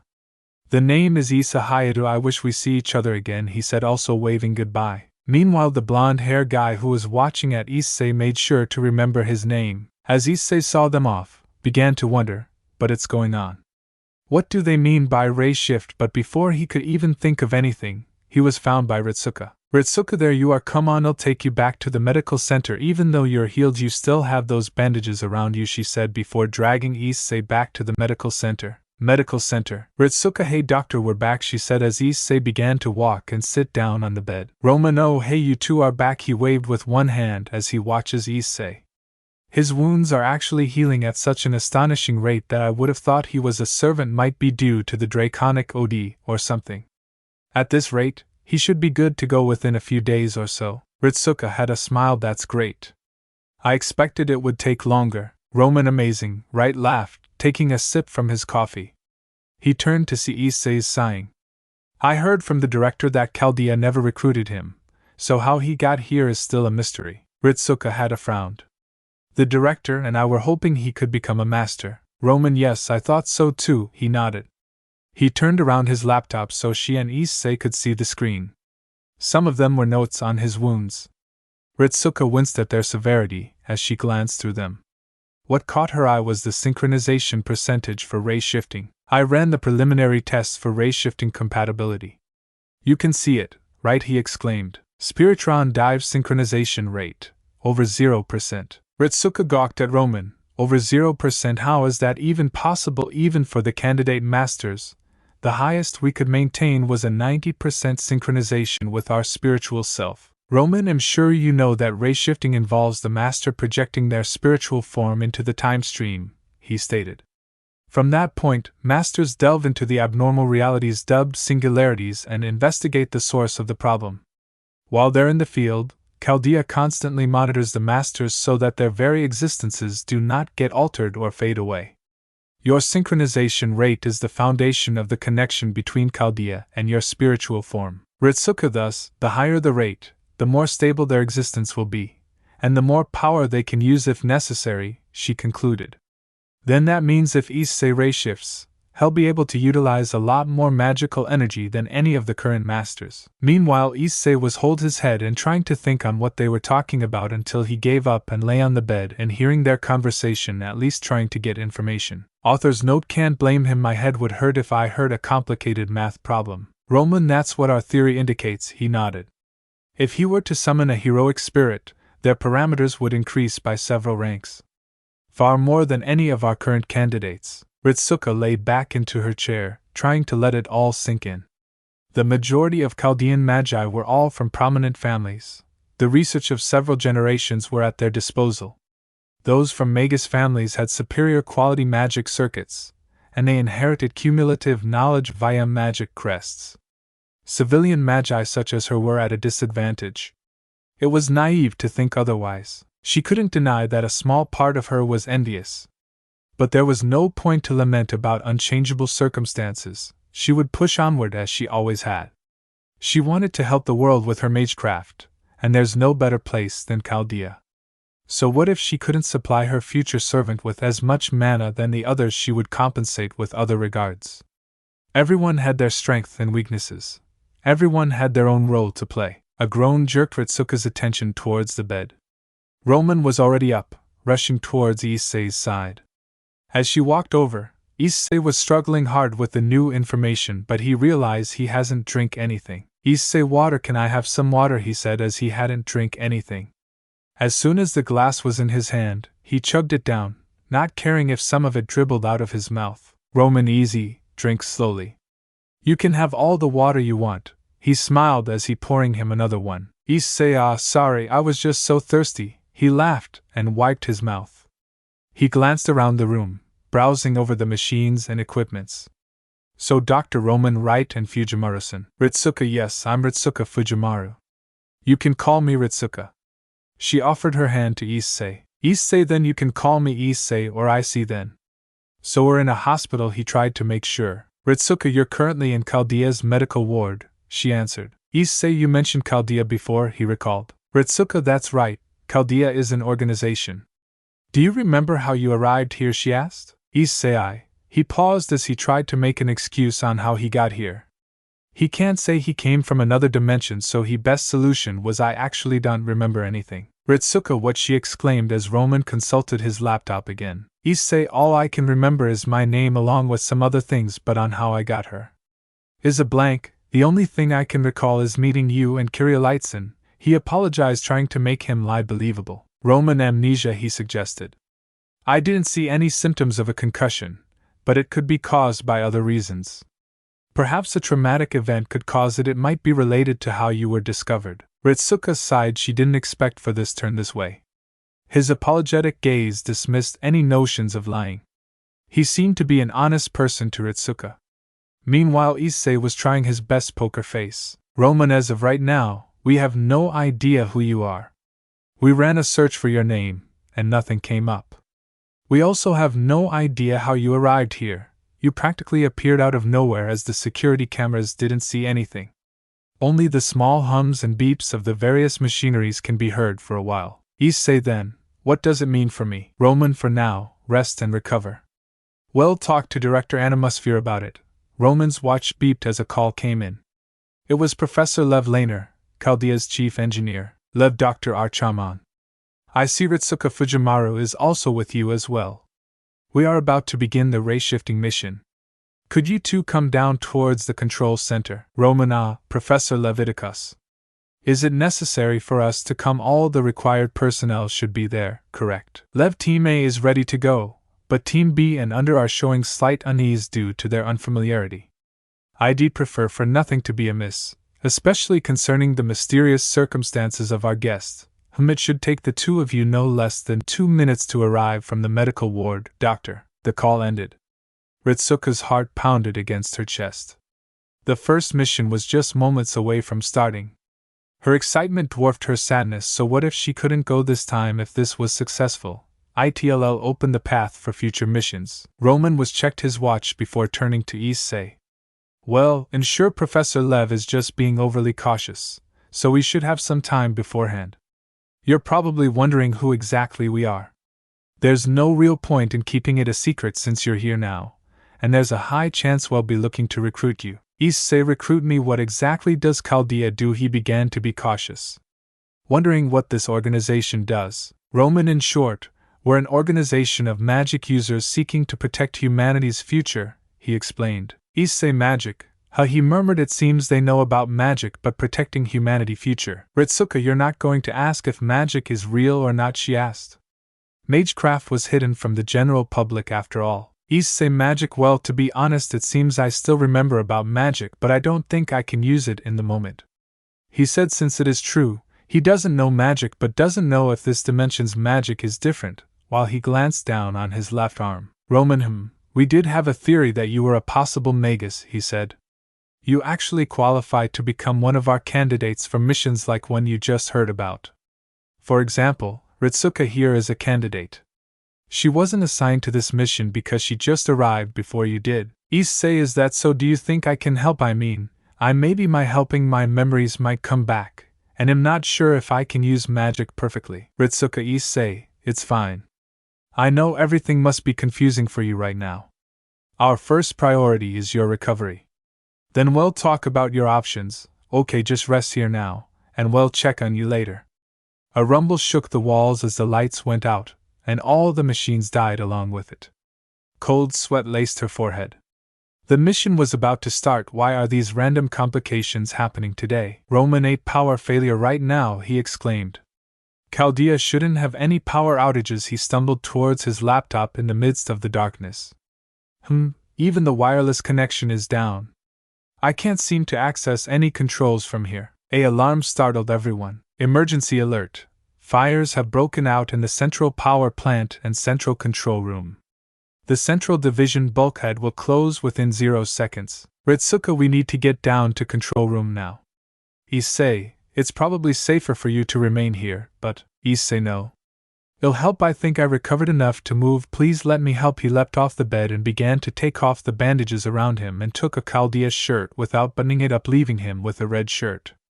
There was no time to dispute otherwise. The three of them rushed outside and down the corridor. The masters. The director. Mashu. Please let them be safe. They have to be safe. They must be safe. It was an eternity before they reached the main door towards the control room, and Ritsuka couldn't suppress her gasp. The entire room was in shambles. Chunks of debris littered the area like a spilled trash can. Ritsuka coughed, covering her mouth with her arm as sweat dripped down from her forehead. A sea of flames enveloped everything, dyeing the world in a bloody red. The billowing smoke seared her eyes and nose.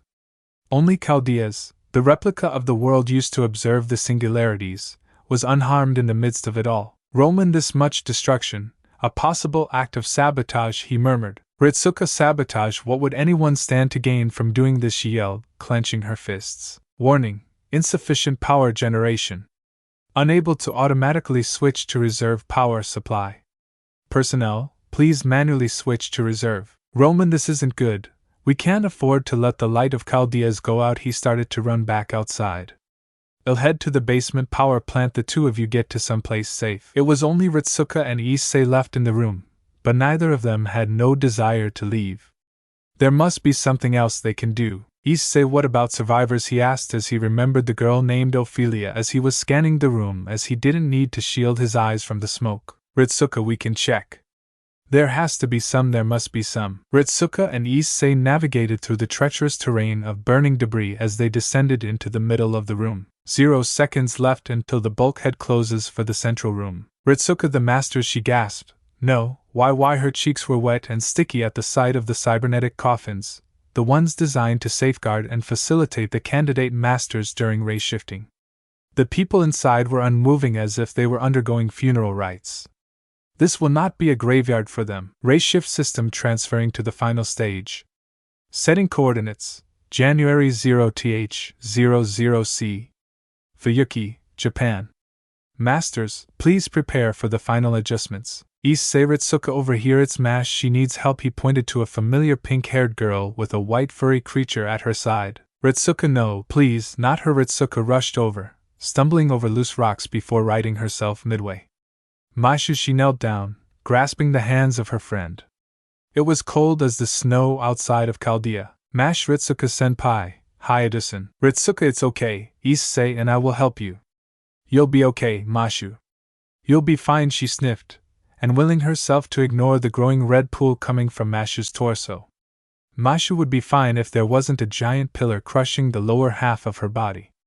We have to get this off of you somehow. Issei attempted to lift the pillar before growing from the pain. It was heated by the intense fire. Issei ignored the intense heat because he was a pure dragon, while Ritsuka was surprised that he could handle the intense heat as she tore her uniform and wrapped it around her hands. There was no time to preserve modesty. Ritsuka and Issei took their places at opposite sides, attempting to lift the pillar just enough so Mashu can move out. Ritsuka and Issei took their places at opposite sides, attempting to lift the pillar just enough so Mashu can move out. Mashu, no, it's too late for me. Please get to safety, please, she pleaded, but both of them refused. Ritsuka, we will never leave anyone behind, she yelled, trying again to lift the pillar. It was too heavy, too large. A glow drew her attention towards Issei, who had a red gauntlet on his left arm as she gasped. Issei, there's no way in hell I'll leave anyone behind, let's go. Boosted gear, he yelled as the gauntlet gem began to glow and say boost as he begins to lift up the pillar with superhuman strength. That surprised both of them as Ritsuka was about to question it, but she focused on getting Mashu out. Attention, the condition of Chaldea's is changed. Humanity's survival on Earth for the next 0 years cannot be confirmed. The future of humanity cannot be guaranteed. Mash Chaldea's. No, she whispered, as Ritsuka followed her gaze towards the model. Her heart plummeted. Instead of a serene blue as the model was before, it was now bright orange. The world itself was engulfed in a fiery orange. Was all of their hopes were to be incinerated away here? The central bulkhead will now be sealed. The heavy doors of their entrance locked down, trapping them inside. Mashu, sorry. Everyone. Because of me. She apologized. Even though they finally got Mashu out, they were too late. Ritsuka, no, it's not your fault, Mashu. Never think that, she said, as Issei nodded too. They abandoned their attempts to get to the door, and settling down on opposite sides next to Mashu. Issei, at least we were able to get you out of there. We'll find a way out somehow, he reassured as he looked at his boosted gear, and thought of blowing a hole on the door and get out. Scanning for qualified masters within the area. Mashu, did you know that you can't see the sky here in Chaldea? She said, getting Issei attention. Chaldea was located within the alpine tundra of the mountains, 6,000 meters above sea level after all. Ritsuka, yeah. I promised that I'll show you the sky one day, didn't I? Mashu, she said, taking one of Mashu's hand in hers. Issei, I know the sky is beautiful, it never stops being beautiful, you know. Issei smiled and, reaching out to Mashu's other hand. When you get to see it, you'll be happy. Confirmed masters within area, designee and unknown designee. Mashu, thank you everyone. Am glad to have met you too. Issei couldn't hold back it any longer, the feeling of being useless. Again, someone else was going to die in front of him, and he couldn't do anything. Why was he weak? What was all of his training for? The last thing Issei remembered was the flaming chunk of the roof falling downwards towards them. The corner of his eyes saw movement as Ritsuka stood in front of him and Mashu. No, not her too. Commencing ray shift program. Beginning spiritron conversion. Ray shift successful. Unknown location. The last and first thing he saw was fire. He groaned as he rose on his feet, his nose crinkled. The air was intoxicated with ashes and death. This was too familiar of a smell. He stepped on the long balcony, mindful of his footing. It was just as dirty and tainted by soot as everything else in this house. Broken remnants of sliding doors and tatami mats told him that this was once a Japanese home.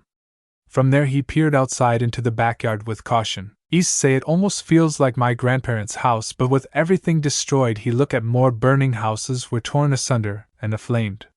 It was like looking at street lamps of the burning hells they carved into the night sky and dyed it malicious crimson. There was so much destruction. If this entire block was destroyed, then there was little doubt to what happened to the rest of the town. He needed to figure out what happened. He was in Chaldea. The last thing he remembered was that gigantic rock. He needed to protect both of them. Then it was all a blank. Issei let out a sigh. I guess it's time for the emergency suitcase, he said while beginning to take something out from the boosted gear. It was a black suitcase as began to pop it open. To his relief there was his emergency supplies as he pulled out a revolver with double barrel as he began to examine the bullets. Some were normal bullets, but there were others with red, blue, yellow lines around the bullet, with a symbol on the back. He nodded as he began to place his revolver in his holster. Well, having the bullets ready and containers, he took out at least 3 phoenix tears. Leaving only 7 behind as he took out another weapon, and it was, in Tetsu, his grandfather's sword. As he jumped off onto the ground, a loud sound crackled into the night, his eyes snapping back and forth. He had no idea what that was. This roar, it was bestial, full of rage and wrath. The ground shuddered, and the walls trembled. Thunderous footsteps echoed throughout the street. Something huge, no gigantic, was coming. Issei instincts shouted at him. Whatever it was, it would be hostile. A cold sweat broke out on Issei's forehead as he readied himself for anything as a meteor crashed into the backyard, sending chunks of dead grass and dirt everywhere. The shed shook with the impact. Parts of what's left of the roof came tumbling down. The dust settled, revealing the horror inside. Red eyes, there was no emotion in them besides violence, anger, destruction. Issei grimaced as he saw the monster's physique. It was as if someone carved muscles out of a mountainside. A gigantic and jagged slab of stone fit inside its chiseled hand. Issei, you got to be kidding me. With before he knew it, the monster itself jumped so high in the air, causing Issei to pull out his revolver and shot it as an explosion happened when they impact, causing it to have a hole in its stomach and roll back from the ground. Note to self: blast bullets are very power. I have to thank Edelchin for inputting ruins into them, he said before checking his revolver. As the dirt, beginning to clear, Issei saw the monster dead, but then its eye began to glow, and the injury started to regenerate. It's like he came back to life. Then let out another roar. He set his eyes on Issei, and then in the burst of speed, he appeared right in front of Issei's side, prepared to swing down. But in a quick instinct, Issei jumped a step back, but then the monster took a side slash, causing Issei to duck as the monster raised his sword again for a down slash as Issei took a movement to the side. Issei, damn, you're really strong. Those moves would really kill me in one shot. He took several hits with his sword, continued to block before being flown back while holding his sword and checking on it. It really is strong as steel. Hasn't even had a scratch on it. Are you even trying? That insult caused that monster to growl. Well, then it's time to show you how strong I am, blade steel. And with that, Issei began to mimic the same speed to the monster, and they had to strike it with powerful slashes, causing the monster to be surprised. But then it took another slash, but Issei ducked and started to cut right through its skin and body slices in half. As Issei took another step away before the same thing happened again, its eyes began to glow red and start getting even angrier. "Issei, how the hell are you still standing?" he said as he starts parrying the blows until he was launched up to the air by a punch that made him cough blood from such a blow. Damn, he doesn't just fight with a sword. He fights hand to hand before making a magic circle appear under his feet as he charges up with red light crackling around him, as he jet himself toward the monster like a thunderbolt, and cut his body in half. As he begins to move away and start running on the building's rooftop. That should give me some time. How the hell is he still alive though? I killed him 3 times. Hey Drake, wake up, he shouted to his companion from the gauntlet as a voice could be heard. Drake, what's wrong, partner? I've been sleeping until I figured out what happened to the boosted gear. Wait, where the hell are we? Weren't we in the hospital? Said the dragon from Issei's own eyes. And he couldn't believe where the hell they are, until that monster appeared again trying to chase him down. And partner, why are you fighting Hercules? Issei, good to see that you're awake, buddy. I actually have some questions. Can I use the balance breaker? And what do you mean by Hercules? Don't tell me I've been fighting Hercules, he said, beginning to avoid throw debris. Drake, yes partner, you've been fighting Hercules, so I'll tell you what happened to the boosted gear. In the meantime, just keep avoiding his attacks, said the dragon, as he begins to prepare himself for the explanation. Well partner, to start, you can't use the balance breaker. Issei, wait, are you serious? I can't use balance break, that's literally my thing, exclaimed the teen in disbelief. He can't use balance breaker. If he had it, he could have possibly ended this guy easily. Drake, yes, but there's more. Do you remember the abilities of Triana? Explained the dragon. Issei, you're talking about Triana where I switched to bishop, knight, rook, queen, right? What about them? Drake, well, it seems you have the ability into the boosted gear along with another. I'll explain it to you in order. You have boost, transfer, divide, jet, impact, blaster, mana burst, penetrate.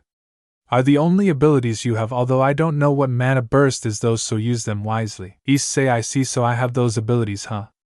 Well, those will be very useful for me right now, he said as Hercules appeared right in front of him, and prepared to swing at him, but he jumped to the side. I guess it's my turn. Well, after that, check up, I secretly used the phoenix to heal myself up, and told the doctor I needed to go to the bathroom. After I was done with my business, I met 7 people with diving suits, and they talked about some type of ray shifting and said about me becoming a master. I really didn't get it, but then all of a sudden someone sabotaged the ray shifting. I helped Ritsuka by lifting a pillar that was squashing Mashu, and now we're here fighting who you say is Hercules. Drake, that a lot to take in, partner, but what do they mean by master? Is it really important? Issei, I actually have no idea. Drake, they seemed to be very excited and they said I had a 0% chance of being a success, not knowing much before Hercules appeared, and swinging down as Issei used, in Tetsu, to block as Hercules continued to slam his sword down to break it, but, in Tetsu, was holding strong. Hey Drake, any possibility on how I can win? Drake, well partner, do you remember the legend of Hercules? Issei, yeah, if I remember he completed labors right, he said, before Hercules raised his sword again, giving Issei the chance to dash back and listen to the next house as Hercules broke the roof and crumbled down. That should buy me a little bit more. So what about them, he said, beginning to run again. Drake, you have to kill him times, partner, his ability, God Hand, but I recommend you to switch weapons right now. You use your best element with Intetsu, which means you can't use it anymore. Issei, alright, how many times have I killed him? Times, damn, not enough, he said as he put Intetsu back to the boosted gear. Drake, it's a good thing you add your scale onto your sword since your body was made from the flesh of Great Red, which makes them more durable and powerful, but none come close to Brynhilde, said the dragon as he boosting his partner. Issei, yeah, you're right, got that Azazel to power them me. I doubt I could even cut through him.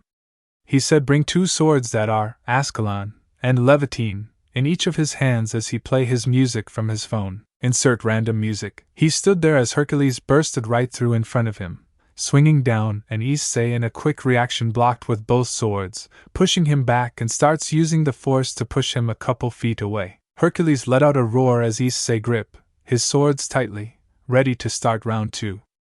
Issei begins to charge and striking Hercules as he blocked their clash. made sparks as Issei makes a desperate attempt on not getting killed, sometimes avoiding his strikes or blocking, until Hercules jammed his sword down to the ground, causing Issei to step on it, and ready to strike, but was off guard when he used more hand-to-hand combat, only hitting the sword and knocking him a few steps away. Issei, damn, I think he doesn't see me as a weakling anymore. And now thinks I'm dangerous. Well, it's natural. I was able to cut 3 of his lives. Issei stabbed Ascalon to the ground and took out his revolver and shot 3 shots before beginning to reload as the smoke shows Hercules all right. Blast bullets don't work anymore. How Hercules began to run towards Issei, catching up speed and clash onto Issei, who blocked as he was being pushed back. Then thrown up to the air. Damn it, boosted gear blaster. Imagine it a little bit smaller, he shouted just in time as Issa's gauntlet turned into a cannon as Hercules appeared right in front of him in the sky, then shot a dragon shot point blank, but in the recon he was thrown back to the ground. Alright, that wasn't a good idea. But hey, that's for Issei said as he got up from the ground, noticing the dead Hercules, who began to get up again. Hercules continued to strike Issei, and now holding him, who was having his swords in a cross and holding the axe sword back before Hercules kicked him back with his feet, causing Issei to start growling and making both swords start glowing as Levitine started burning brightly and start releasing fire. Issei charged in, starting with rapid fire shots for his stomach, leaving burn marks, then a down slash that stuck to his skin before Issei started immutable fire in the inside, cutting right through while going up and using Hercules' shoulder to jet himself away. Issei, ha, I gotta beat this guy really fast. 5, which means 7 left, he said, as Ascalon begins to bright blue. This is it, let's see if freezing slows you down. Right when he said that, Hercules came again as he blocked with Levitine, before jamming Ascalon down to his stomach before pushing right through as a burst of ice appeared from his back as he begins to pull upwards as the cut starts to burst. Ice from the stomach, make that 6. Issei was getting tired as the battle was being too much. He could feel his arms losing strength, but the only reason he's alive right now is because of his battle instincts that have grown in battle. Time and time again he fought the strongest of enemies, and he's still standing. He looked at Hercules, who had his recovered from the injury.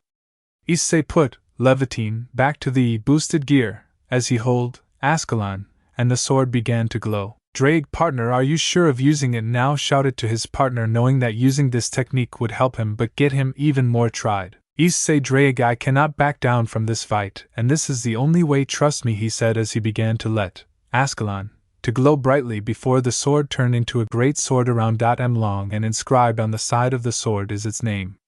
The sword has various portions of varying thickness and angles, with sections of the blade resembling an axe, a razor and saw, with spikes and a wire positioned on it. Let go, great Ascalon, he slashed as the wind blew towards Hercules as he stood there. The clash of titans has been gone. Unknown location. A woman with black armor stood waiting for the Chaldea to arrive, but suddenly she felt fear for a powerful dragon slayer power near Berserker territory as she looked into that direction. What is this? Are you a servant? No, you're human. Wait, no, you're a dragon. With Ritsuka and Mashu together with Olga and Siyu, but now they're following him. Who said no to go where Berserkers, but no, he changed his mind and now they're head towards that direction. Ritsuka, Siyu, can you tell us why we're heading towards Berserker when you just said that we can't? She shouted, and she was worried about Issei, who is missing and probably far away from them. Siyu, I know what's said, but whatever is fighting Berserker is strong. I think this thing is killing him, he said, continuing to run. Mashu senpai, I have a strange feeling that what fight is close to the heroic spirit within me. It's hard to explain, she said, not understanding this strange connection. Olga, whatever it is, I believe it will be useful for us to have its help. If it can defeat a Berserker, then we need all the help we can get. As the four arrive where they heard the clash of blades,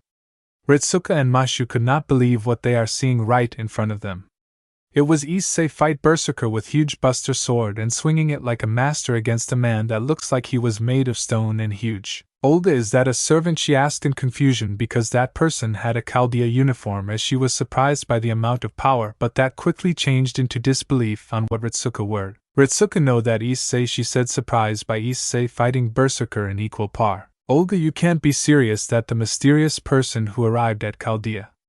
That him? She couldn't believe what she is watching right now. Mashu, is he like me, a demi-servant? She said, thinking that might be case, but was wrong by Roman words. Roman connection. No, he's not a servant, but he has the OD of a dragon that not all his power is increased even 0 seconds that pass. This is incredible, he said as a mechanic was reading Issei. Everyone continued to watch the battle between titans. Back with Issei. Issei was doing everything he can to kill his 6th life before Great Ascalon. Time limit is over, so Issei used its holy power as it began to glow a bright blue as a flash happened as the sound of Verum could be heard as everyone saw how Issei cut his body in a sideways along with cutting his axe sword in half as everyone took some steps away as he was panting and sweating. Issei, damn, now it's 5, he said as he was trying gain his strength. But he did not notice that Ritsuka and Mashu were heading towards him, congratulating him for defeating Hercules. Ritsuka, Issei, you're alive, I am so glad to see you. But how are you able to lift such a big sword? Mashu, that amazing Issei-senpai. They both were impressed, but Issei had a face of panic and began to shout at them. Issei, what are you guys doing here? Get out, it's still not safe. He still has 5 lives left, but he was too late. Hercules regenerated and appeared in a flash in front of them. Even with a broken half-sword he began to start getting ready to slice them. Ritsuka, mind, I'm going to die. She was internally panicking, she was going to die. That would certainly kill her. Mashu, I won't make it in time, I can't defend that. She tried desperately to at least block the attack for her senpai, and for herself. But then all of a sudden a clash happened, and a yell of pain could be heard, and it was none other than Issei who was using his left arm to block the sword. But the edge of the sword was hitting his shoulder. Everyone looked in shock on how quick Issei reacted as he yelled, pulling his left arm back ready to punch him. Issei, damn it, you're take this impact. He began to slam his fist against the stomach of Hercules, then all of a sudden something punched a hole directly towards his stomach, and blasting him away, like a ragdoll. As he began to hold the sword like a cane as it turned back to normal. Ascalon. Holy shit.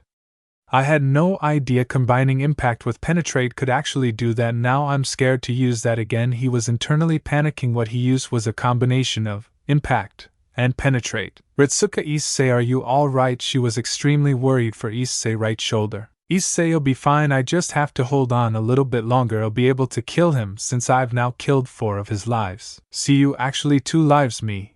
And a certain archer took care of the 2 other lives, so you have to kill 2 times and he'll be dead. Issei, are you serious? That's a relief. I thought I had to kill him 4 times and I was running out of weapons. I think everything will be a. He was cut off as he instantly used his sword to guard himself, but then was flown back up to the air like a baseball.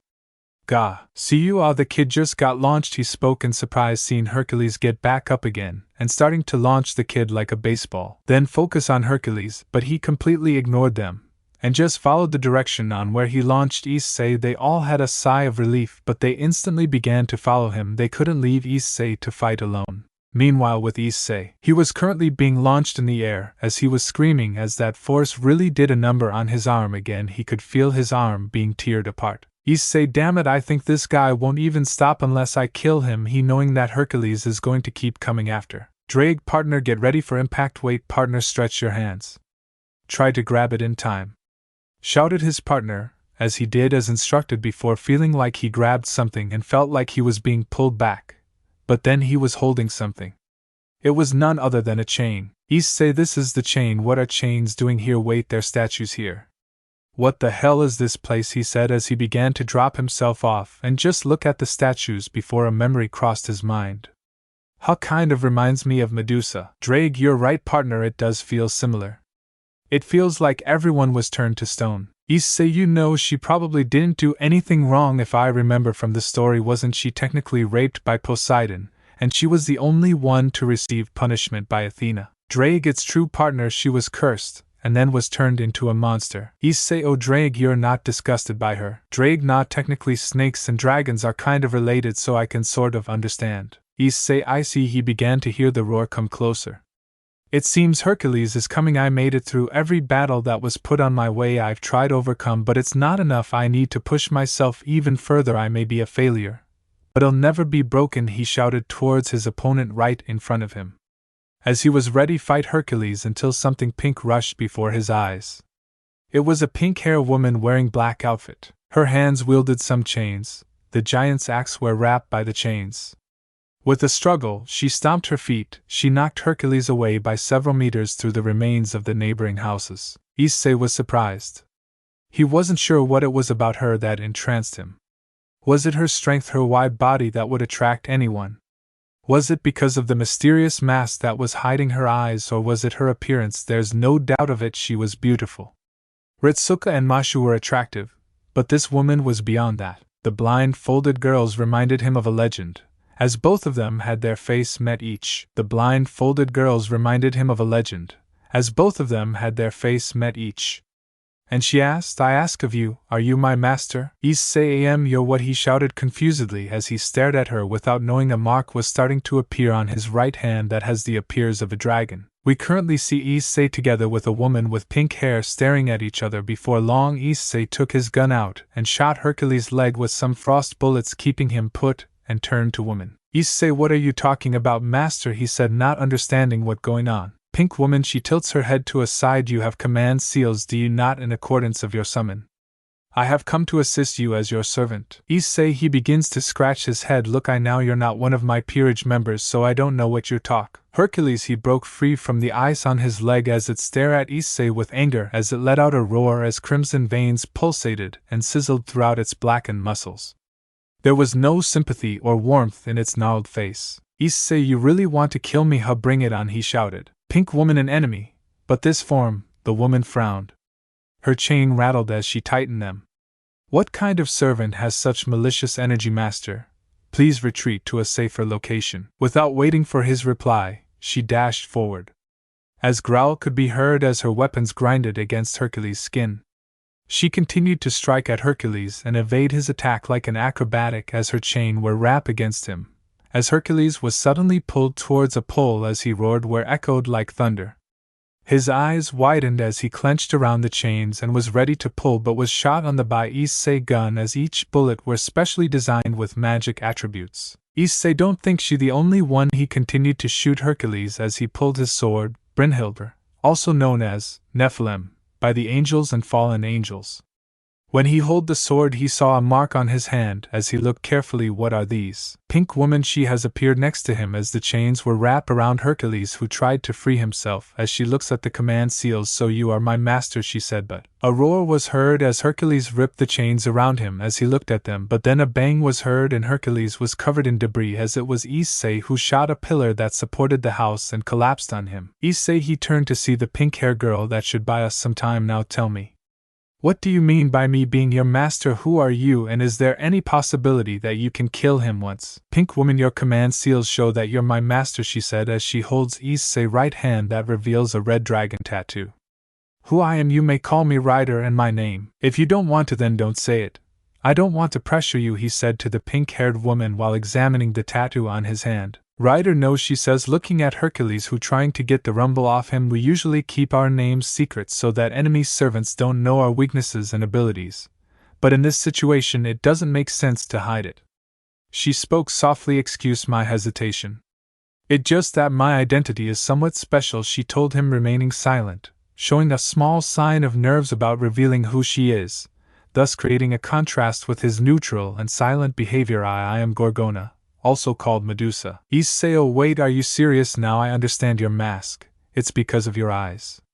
However, to the bewilderment of Medusa, Issei took the news very calmly, unlike how she expected him to react, perhaps exalted, with fear and with caution not to see her in the face. Medusa, aren't you scared? Issei, well, I was certainly surprised to know that you are Medusa, but not to the point of being afraid of you. In fact, I think that you, Rider, is the one who is afraid of herself, and that's why you wear that mask. You don't want to hurt someone with your eyes, am I wrong? Medusa, won't you call me by my name? Issei, if you want that, I will do it. However, I can assume that you want to be called as a Rider. After finishing speaking, the two were silent, Issei with a smile and Medusa with an expression of surprise, clearly identified thanks to the fact that her mouth opened and closed, then holding her hand together. Medusa, thank you, she said, grateful from the bottom of her heart that Issei is a benevolent master who could identify her displeasure with her name. But that sweet moment was ruined by Hercules, who jumped middle-air to smash both, but they quickly reacted and jumped back as Hercules moved to Issei, who desperately avoided Hercules swinging while blocking it with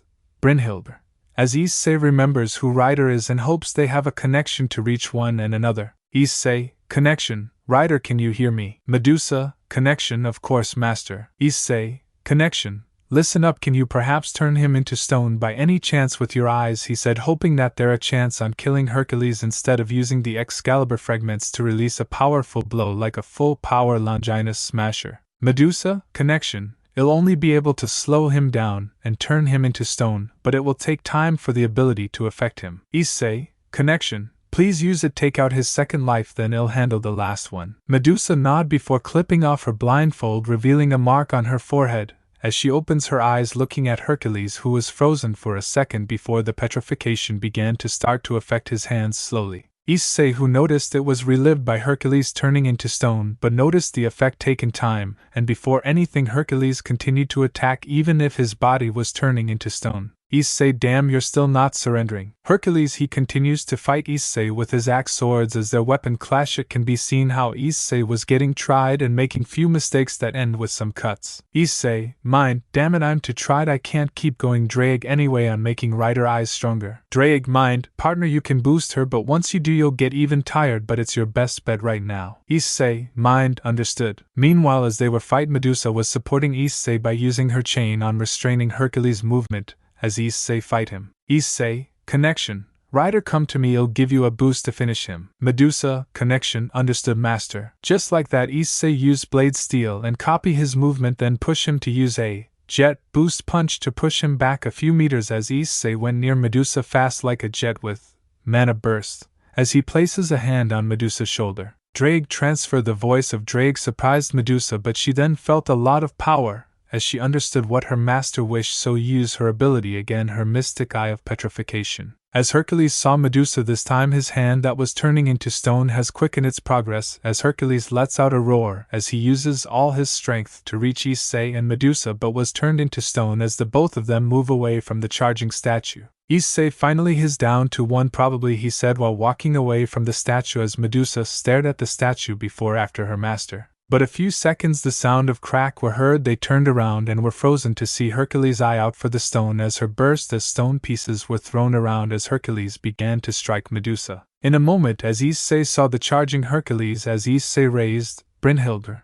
into a position as rush forward with mana burst, and with gritted teeth he was near Hercules before stabbing his sword towards him in a holy light that struck his left ear. Issei, take that hot damn and tried, he said as he noticed how the darkness of Hercules' body disappeared and now was turning into light dust as he was staring at Issei as heard someone voice, Hercules, I gift you my strength, where the only thing Issei heard as the small light dust entered Brynhildr, green light, and absorbed them. Issei stood there until the voice of Ritsuka, Mashu, and that white-haired girl and man that looks like a wizard were going to speak to him, but Issei tipped forward and was going to fall, but Medusa caught him, having Issei head land on her breasts as she gently caresses his hair. 2 hours later, Issei was having a dream. He was standing there watching Hercules' cries for his family, then an image of him killed the Lernian Hydra shot a arrow 9 times. That surprised Issei, and he was leaving the dream with the name of skill in his head. 9 lives shooting the 100 heads. And just like that, Issei got up from what seemed to be the floor and surprised everyone who were around him as they all calmed down when it was just Issei waking up. Issei began to look at a near mirror and noticed that his chest was exposed and was bandaged up as he noticed Ritsuka go over towards him. Ritsuka, it's all we can do for you, she sighed. Healing magecraft has its own limitations, so try not to overexert yourself. We don't have much supplies either, otherwise I'd do more. Olga agreed, there are not many ways on healing such wounds, she said while looking at the cuts Hercules has done. Issei, thanks, Ritsuka and Mississippi. He rotated his shoulder. It was stiff, but it no longer pained him to move. His then look at Olga, since he has only seen her when he was fighting Hercules. Olga, the name is Olga Marie Animusphere, the director of Chaldea.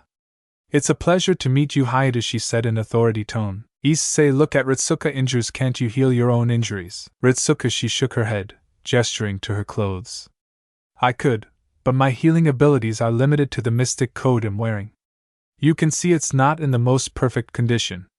Your injuries are more important than mine. Issei, he couldn't see the extent of the damage within the gloom, but he doubted that they couldn't spare one more use for her. But doesn't it hurt? Issei asked. Ritsuka, even if I said it did, what would that change? She laughed. The hollowness of it mirrored the emptiness of the hallways. Just try to not fight servants head on again. Please. I don't want anyone else hurt. Issei knew that was an impossible request, and the hypocrisy of it shone on them. He cared more about Ritsuka's injuries over his.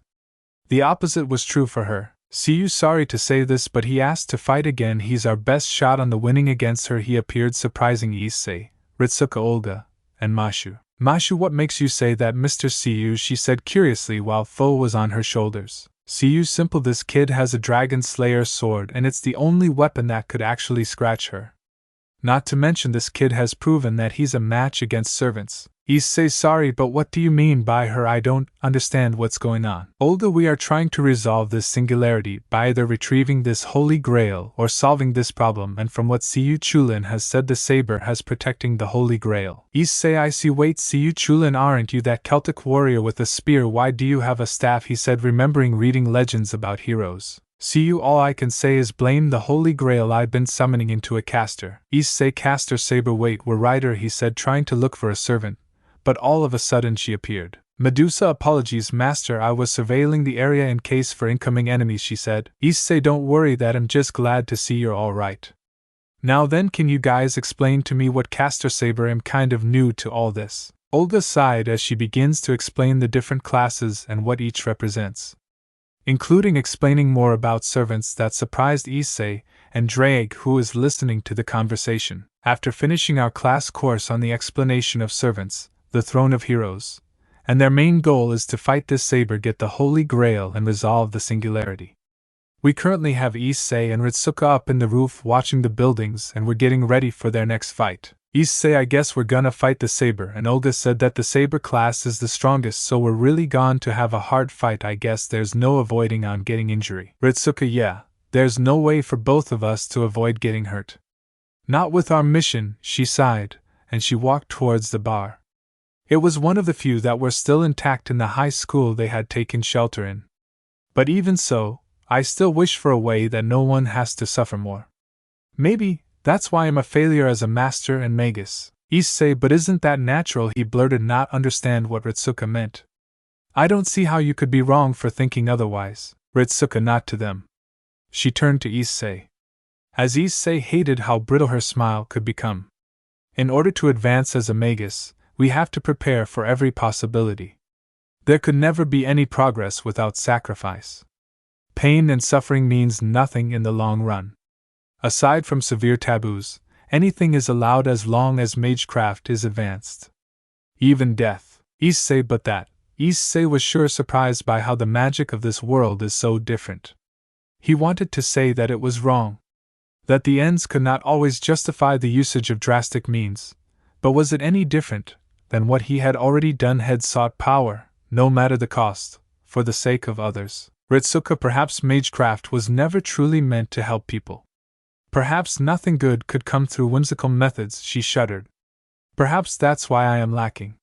When I met the other masters, the ones who were supposed to go on this mission, I realized how much of a difference there was between them and me. They were from great lineages, with decades or even centuries of research behind their magecraft. She clenched her sleeves. The color faded from her knuckles. Who was I to compare to them? I was just an ordinary girl who didn't care about searching for the root or gaining prestige. I could barely do rudimentary magecraft, but I didn't care. All I wanted to do was to help people. I thought that if I just did my best, it wouldn't matter that I was a good magus or not. But look at us right now. Ritsuka choked back a sob. We're the only two masters left. Issei, look at his hand and remember when Dr. Roman had confirmed that the other masters were comatose due to the incident. They might not recover if Chaldea can't contact the outside world. Communications were cut off, so they had no choice but to press on with the Rayshift mission. The fact that they hadn't mentioned the status of other staff was telling enough. Ritsuka, what if the reason why Mashu can't use her noble phantasm properly is my fault? Was it because I wasn't strong enough as a master? I don't even know how to help Mashu. So how am I supposed to help save humanity like this? Ritsuka's eyes pleaded with Issei, beckoning him to say otherwise. I shouldn't have been a master, she announced, eyes downcast as she backpedaled until she hit the wall. I shouldn't be here. It should have been someone else. Someone else would have done a better job. Ritsuka's knees crumbled, and she slid down to the floor. Ritsuka's knees crumbled, and she slid down to the floor. The light shone her quivering shoulders. They were smaller than Issei had thought. Had chased after her back ever since waking in Chaldea. Had thought they were strong enough to endure the weight of the mission. That it would be fine if he could walk the path she took. He was wrong. No shoulders were wide enough to bear the fate of humanity's future. And he should know since he's been carrying the supernatural all this time himself. Issei realized Ritsuka was no different than him. Just as Ritsuka expressed doubts on her abilities, he too doubted his potential. He sometimes asked himself if he was strong enough. Is all his training worth it? He had many doubts. Both of them thought it would be fine if they did something, anything to prove that they were capable. They were directionless, lost in the fog of their own insecurities. But that changed for him since the people around him started to share that burden with him. Issei walked towards her as his hand reached out, brushing aside her messy bangs, untangling loose debris from her hair. Her revealed cheeks glistened under the moonlight, yet her tears did little to wash away the traces of the battlefield. Issei grabbed a clean towel and began to scrub at her face. She didn't reject his care, but noticed how she continued to belittle herself. Issei was annoyed by that. Now I understands why Valerie did this to him. He started to pull her cheeks and brought her face towards him. Ritsuka, Issei, what are you? Issei, you know, Ritsuka, I don't know much about magecraft. Then again, I don't know much about anything from this, Issei chuckled, while he continued to pull her cheeks. If you think the other masters are so amazing, it's fine. But don't you think you're being too unfair on yourself? Ritsuka, that's because you haven't seen what the real magi can do, she snapped.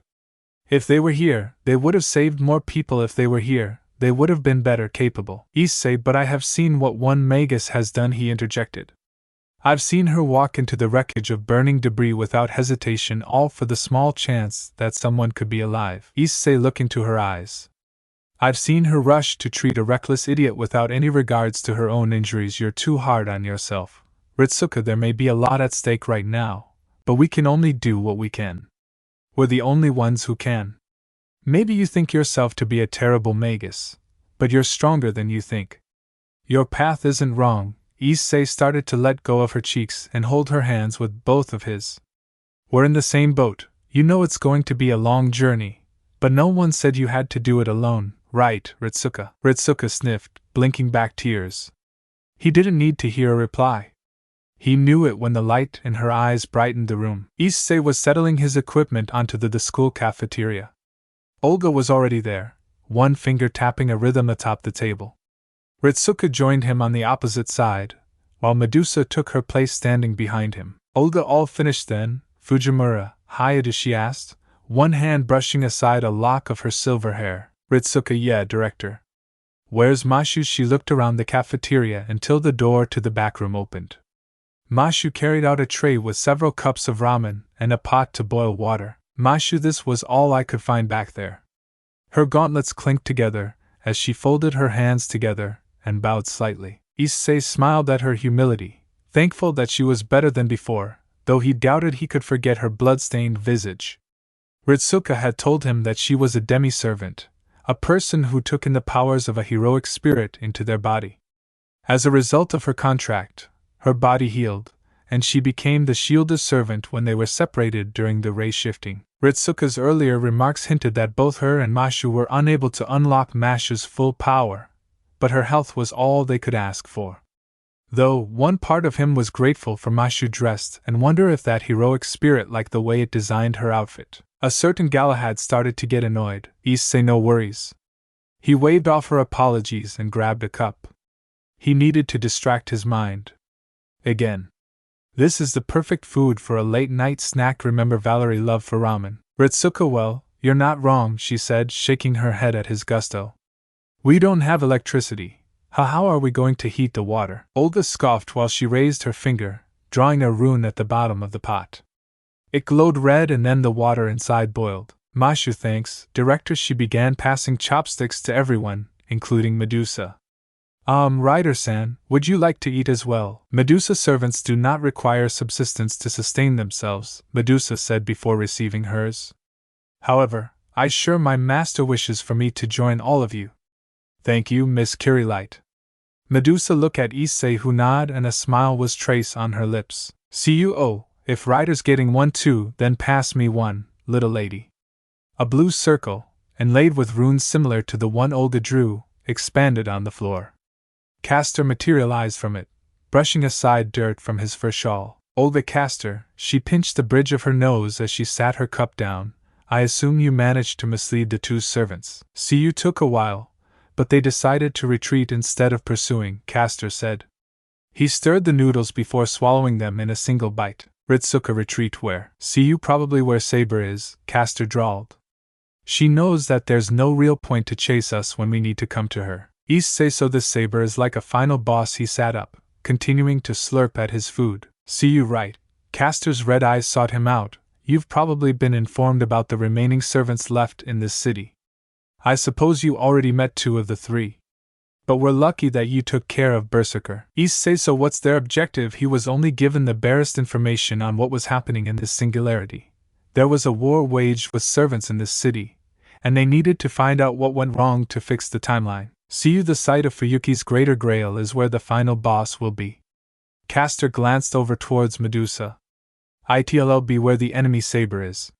The other servants shouldn't matter as long as we defeat her, but you can bet your ass that they'll be there now. Olga, do we know their true identities? See, you, I don't know who the archer servant is. Not a single damn clue about what kind of a hero has so many swords and still be considered an archer. The Berserker servant, well, the kid said he was Hercules, but he's already out of the picture. Even the enemy Saber had trouble dealing with him. Castor scowled as he pointed to Issei. Boy, you are a lucky man to survive and defeat that guy. Be glad that Hercules lost that ridiculous noble phantasm of his when he got corrupted by the Grail, else you wouldn't have even scratched his skin. Issei, what, he was surprised and almost dropped his wooden chopsticks. Mashu, but Hyota-senpai used Ascalon and that other sword on him, she exclaimed. See, you still the kid was lucky. The Greeks' most famous hero, Hercules. Castor snorted. His famed legend of completing 12 labors gave him a ridiculous noble phantasm that granted him several lives, but that kid just cut all of them down with pure luck. He could have died at any moment. Not to mention how freaking strong he was. Olga, this just gets even better and better, but we should be glad that Hyota took care of him, Olga muttered.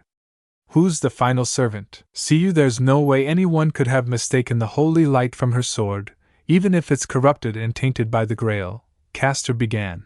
And the funny thing is that you actually have a sword, similar to hers, a holy sword, kid. Issei, wait, you could feel that. He turned to Castor. Medusa, I see now. That's why I had a feeling that I fought this enemy before when I first sensed her. Medusa's voice was calm, yet the way she gazed the wall, she was remembering something. The enemy Saber is a servant I fought. See, you, so you two fought her well in good faith. They'll tell you her true name. Castor nodded. The enemy is none other than the wielder of Excalibur, King Arthur Pendragon. 1 hour later, after receiving the name of their upcoming enemy, who would be Arthur and Leife's ancestor, the true King Arthur.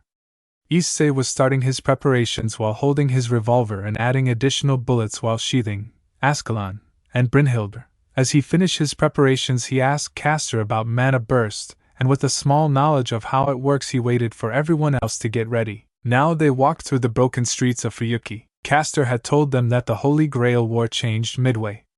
Something had caused the incineration of every human living here in Fuyuki, leaving behind only servants, and the enemy Saber had defeated and taken control of them. Castor and Saber were the only two remaining in the war, with Archer left as her thralls. The rest were defeated earlier by Castor and Mashu. Issei was prepared the moment they encountered the walking undead. When Issei heard the clamoring of their bony feet against gravel as he shot a dragon shot to destroy their number, and rushed forward. This surprised everyone, but they all followed his lead. Ritsuka looked at Issei back and noticed how big it is. Meanwhile, Issei took this chance to check up on everyone. He started with Olga, who leaned over with her arms on her knees, heaving in and out.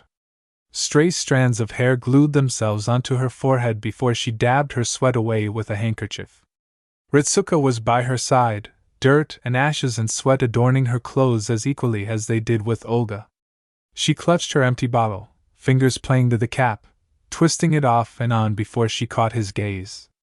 She offered a simple smile, one not large enough to hide her sorrow, but just enough to tell him not to worry. Issei nodded to her before turning his attention towards the last two. Rather than resting, Medusa and Mashu vigiled the perimeter.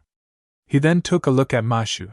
Her eyes darted back and forth, fingers wrapped around her shield, unwilling to miss any signs of activity. Issei knew she was a servant now, but it wasn't that simple. He couldn't forget that moment in the wreckage when he had to convince himself that her injury wasn't fatal, or that it was not her blood that had seeped into his soles. Had dreaded the way the warmth in her hands flickered, his tightening grip the only kindling he could offer. He hated that he had to choose to let her go in order to protect another. Issei Rider Mashu, he called as they approached him. Medusa gazed at him. Master, Mashu-ah, Hyota-senpai, Mashu exclaimed. Issei, you can just call me Issei, Mashu, he laughed. Though, shouldn't I be the one calling you senpai after all? I'm the newest one here. Mashu, no, it's not like that, I mean, Issei-senpai, she stuttered and rested a hand on her chest, taking deep breaths. I consider you and Ritsuka-senpai my senior in terms of living. Issei, he raised an eyebrow. Living. Mashu, you see, I was born in Chaldea. All of my life, I spent inside of it, with only pictures and videos to show me the outside world, she explained. Issei, is that why you wish to see the sky? He murmured to himself before he asked. You've been in Chaldea for how long? Mashu, I'm 16 now, senpai. A wistful smile painted over her face. My entire life was all about Chaldea's mission. I never had a chance to think SY. When I met Ritsuka-senpai, she was unlike everyone else. Not that they were bad people, but she had such a different mindset than they did. She didn't care about status or power, she just wanted to help everyone. I thought it was an earnest way to live. She felt more human than anyone I had met. Issei, I can understand that. I don't think Ritsuka gives herself enough credit, he said, but compared to her, I don't think I've really done enough. Mashu, no, that's not true, you definitely remind me of her, Issei-senpai, she exclaimed. When I saw you fight Berserker, I had wondered what gave you the courage to stand against him. Issei, he scratched his cheek. I wouldn't say that was courage, Medusa. Perhaps it would be more apt to say foolishness instead, she added. Mashu, perhaps, but I was amazed. You had no memories, no obligations, nor any power, she murmured, but you chose to fight rather than run away. It made me question myself. How do humans continue to fight even if the odds stand against them? Normally her bangs covered the left side of her face, but this time, he saw both of her eyes. They were windows to a brilliant violet sea, ravaged by storm and thunder. Issei felt that she had voyaged for a clear sky for her entire life. Issei, you know, it has been overwhelming. Waking up in Chaldea and coming to Fuyuki, I'm not sure where to even begin, he admitted. A part of me wants to shout out.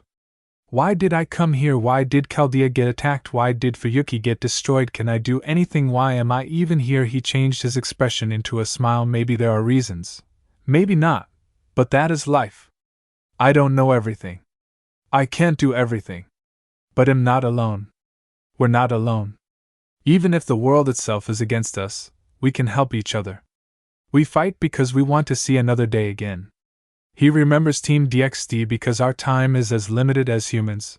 We have to make do with what we have together, Mashu concluded, the tension easing from her shoulders. Exactly. I would rather do something than to regret not doing anything, Issei said. He glanced back and found Ritsuka and Olga run towards them. Because I doubt anyone knows when time will run out. It was nauseating, everyone thought, as they stood at the entrance of the cave. Ritsuka, it sure feels like this is definitely the place, she quivered, rolling her shoulders as if she wanted to shrug something off. The mana concentration here is ridiculous. Mashu, she traced the edge of the entrance with a finger. It looks like a natural cave, but has Fuyuki always had such a sight? Olga, this isn't a full natural one. It looks like a magus once took over it and built their workshop deeper and deeper inside, she concluded after her inspection. They had probably wanted to tap into Fuyuki's ley line. Medusa and Siyu shifted to the back of the group as Issei heard footsteps from a cliff behind them. Siyu looks like the guardian came to greet us personally, Castor snarked, leaning on his staff. A man, hair whiter than snow, peered down from atop the cliff.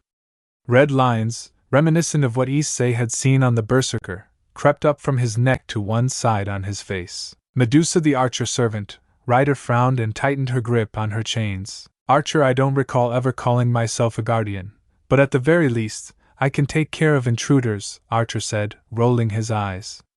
He kept his hands open, but Issei didn't see any weapons on him. See you so, you're on gatekeeping duty. That sounds a bit boring. Why let us keep you company for a bit, Archer? Castor grinned and raised his hands, framing them with blue energy. Archer motes of light rushed into Archer's hands, materializing into a bow and sword. As soon as he notched the sword, it twisted and transformed into an arrow. I don't have that much free time, he said and took aim, releasing the string. Mashu rushed in front of the group as Issei pulled out his revolver and attempted to stop the sword. However, just a few feet before the arrow reached them, "See you," he shouted. Flames sprang from the arrow, twisted around it, and incinerated it into ashes. Don't say such sad things, Archer. What's the rush unless you have no confidence in taking me on? Castor taunted, writing glowing runes onto the air. His arms slashed forth, and the runes transformed into fire and shot forward, converging and exploding at Archer's location. Black smoke billowed as upturned chunks of dirt and rock flew off the ledge. Archer jumped backward out of the smoke, clothes not touched by the debris. His mouth tightened, his eyes focused. He readied another sword and aimed again. "See you go now, deal with Saber, me and Ryder got this," Castor urged as he barreled past Mashu. "Medusa, be careful out there, master, and make sure not to get yourself hurt." Issei nodded as he told her to go all out. This is what they had agreed to do earlier, but running deeper into the cave and leaving Castor and Ryder to fight left Issei conflicted. Castor was blunt at times, but Issei didn't mind it. Issei could say it was nostalgic, having someone that he could banter with in the brief time they were together. There were no traps impeding their descent. The moonlight didn't reach deep enough, but there was an eerie, violet light that illuminated the path forward. When they reached the opening that the road led to, all of them could only stand in horror at what they saw and felt. "Ritsuka, what is that?" she asked, turning her head upwards. Issei couldn't answer. The path had opened up into a large span of space, riddled with the bones of countless humans, and a gigantic hill towered over them in the middle of it. It didn't seem like it was composed of actual earth, rather it was some sort of wretched black mud. The violet light emanated at the zenith, radiating out like a sun rising from the horizon. Olga, she frowned, cupping her chin, as she scanned around. "Is this a magecraft reactor core? Is this what a holy grail is?" "Oh ho," a familiar voice called out. "I see two interesting servants and their little masters and dragon walking into this den of lions. A girl with the most intriguing shield and someone I had never thought I would face. But I wonder." Issei couldn't help but gazed at the woman who stood at the peak. Just like any woman, she too possessed beauty, but it was cruel rather than captivating. Her skin was pale, untouched snow, and her eyes were just as frigid and desolate, rather than the gentle green. A dense aura, just as black as her armor and dress, coursed through her entire body. Issei grimaced. He recognized it as a form of mana burst. But what he feared most was the dark holy sword that she held in her right hand. He didn't know if that was Excalibur, since he doesn't know what it looked like, but Issei wondered if it was correct to still call it holy when so much evil seeped from the edge. It was unlike the time he had observed Zenovia's ex-Durandal. It demanded his attention. He felt repulsed by its corruption, yet it still captivated him. This black saber was an exact opposite. He thought of King Arthur. "Arthur," she looked at Mash and widened her eyes, feeling her spirit origin. It was the shield of the youngest knight of all, son of his best knight. She asked in a stern voice. "You who carry this shield, are you prepared to assume the responsibilities it represents?" She didn't hear a word, so she burst forward. Mashu nodded to her as she walked forward. Arthur leapt from the hill and cracked the earth with her landing. "Arthur, now then, girl, is your will to protect stronger than my sword?" She ran forward as Mashu raised her shield to block the strike. Purple sparks scattered across the surface and Mashu struggled to parry each of her blows. Her knees buckled each time, arms left shuddering. Purple sparks scattered across the surface and Mashu struggled to parry each of her blows. Her knees buckled each time, arms left shuddering. Unlike other servants, the enemy Saber used her mana burst without restraint. Black mana coalesced into her Excalibur so much that it was no longer steel that she wielded, but pure darkness instead. Each attack left Mashu struggling to recover, and the onslaught increased in ferocity. Olga had conjured a barrier to protect them stray debris and mana, but it shuddered from the sheer wind pressure of Saber's swings. Issei wasn't sure how much more Mashu could endure when he could feel the force of Saber's attacks from this far. They had to go on the attack now. Arthur, what's wrong? You cannot protect anything if you do not have the will to press forward, Saber snarled. She swung upwards and smashed Mashu into the air. She lost her grip on her shield, falling onto her face, but she lifted her chin even if her limbs couldn't muster enough strength to get onto her knees. Arthur, if you cannot get up, then this can only be a mercy for you, Saber murmured. She walked up to Mashu, raising her sword above her head. Issei ran, gathering mana into his legs and letting it explode outwards. The usage of mana burst was instinctual, as if he had used this technique for years. Saber swung down with both arms to behead Mashu, but she struck only dirt. Her eyes narrowed, growling with anger as Mashu had teleported backwards from her position thanks to Ritsuka's mystic code.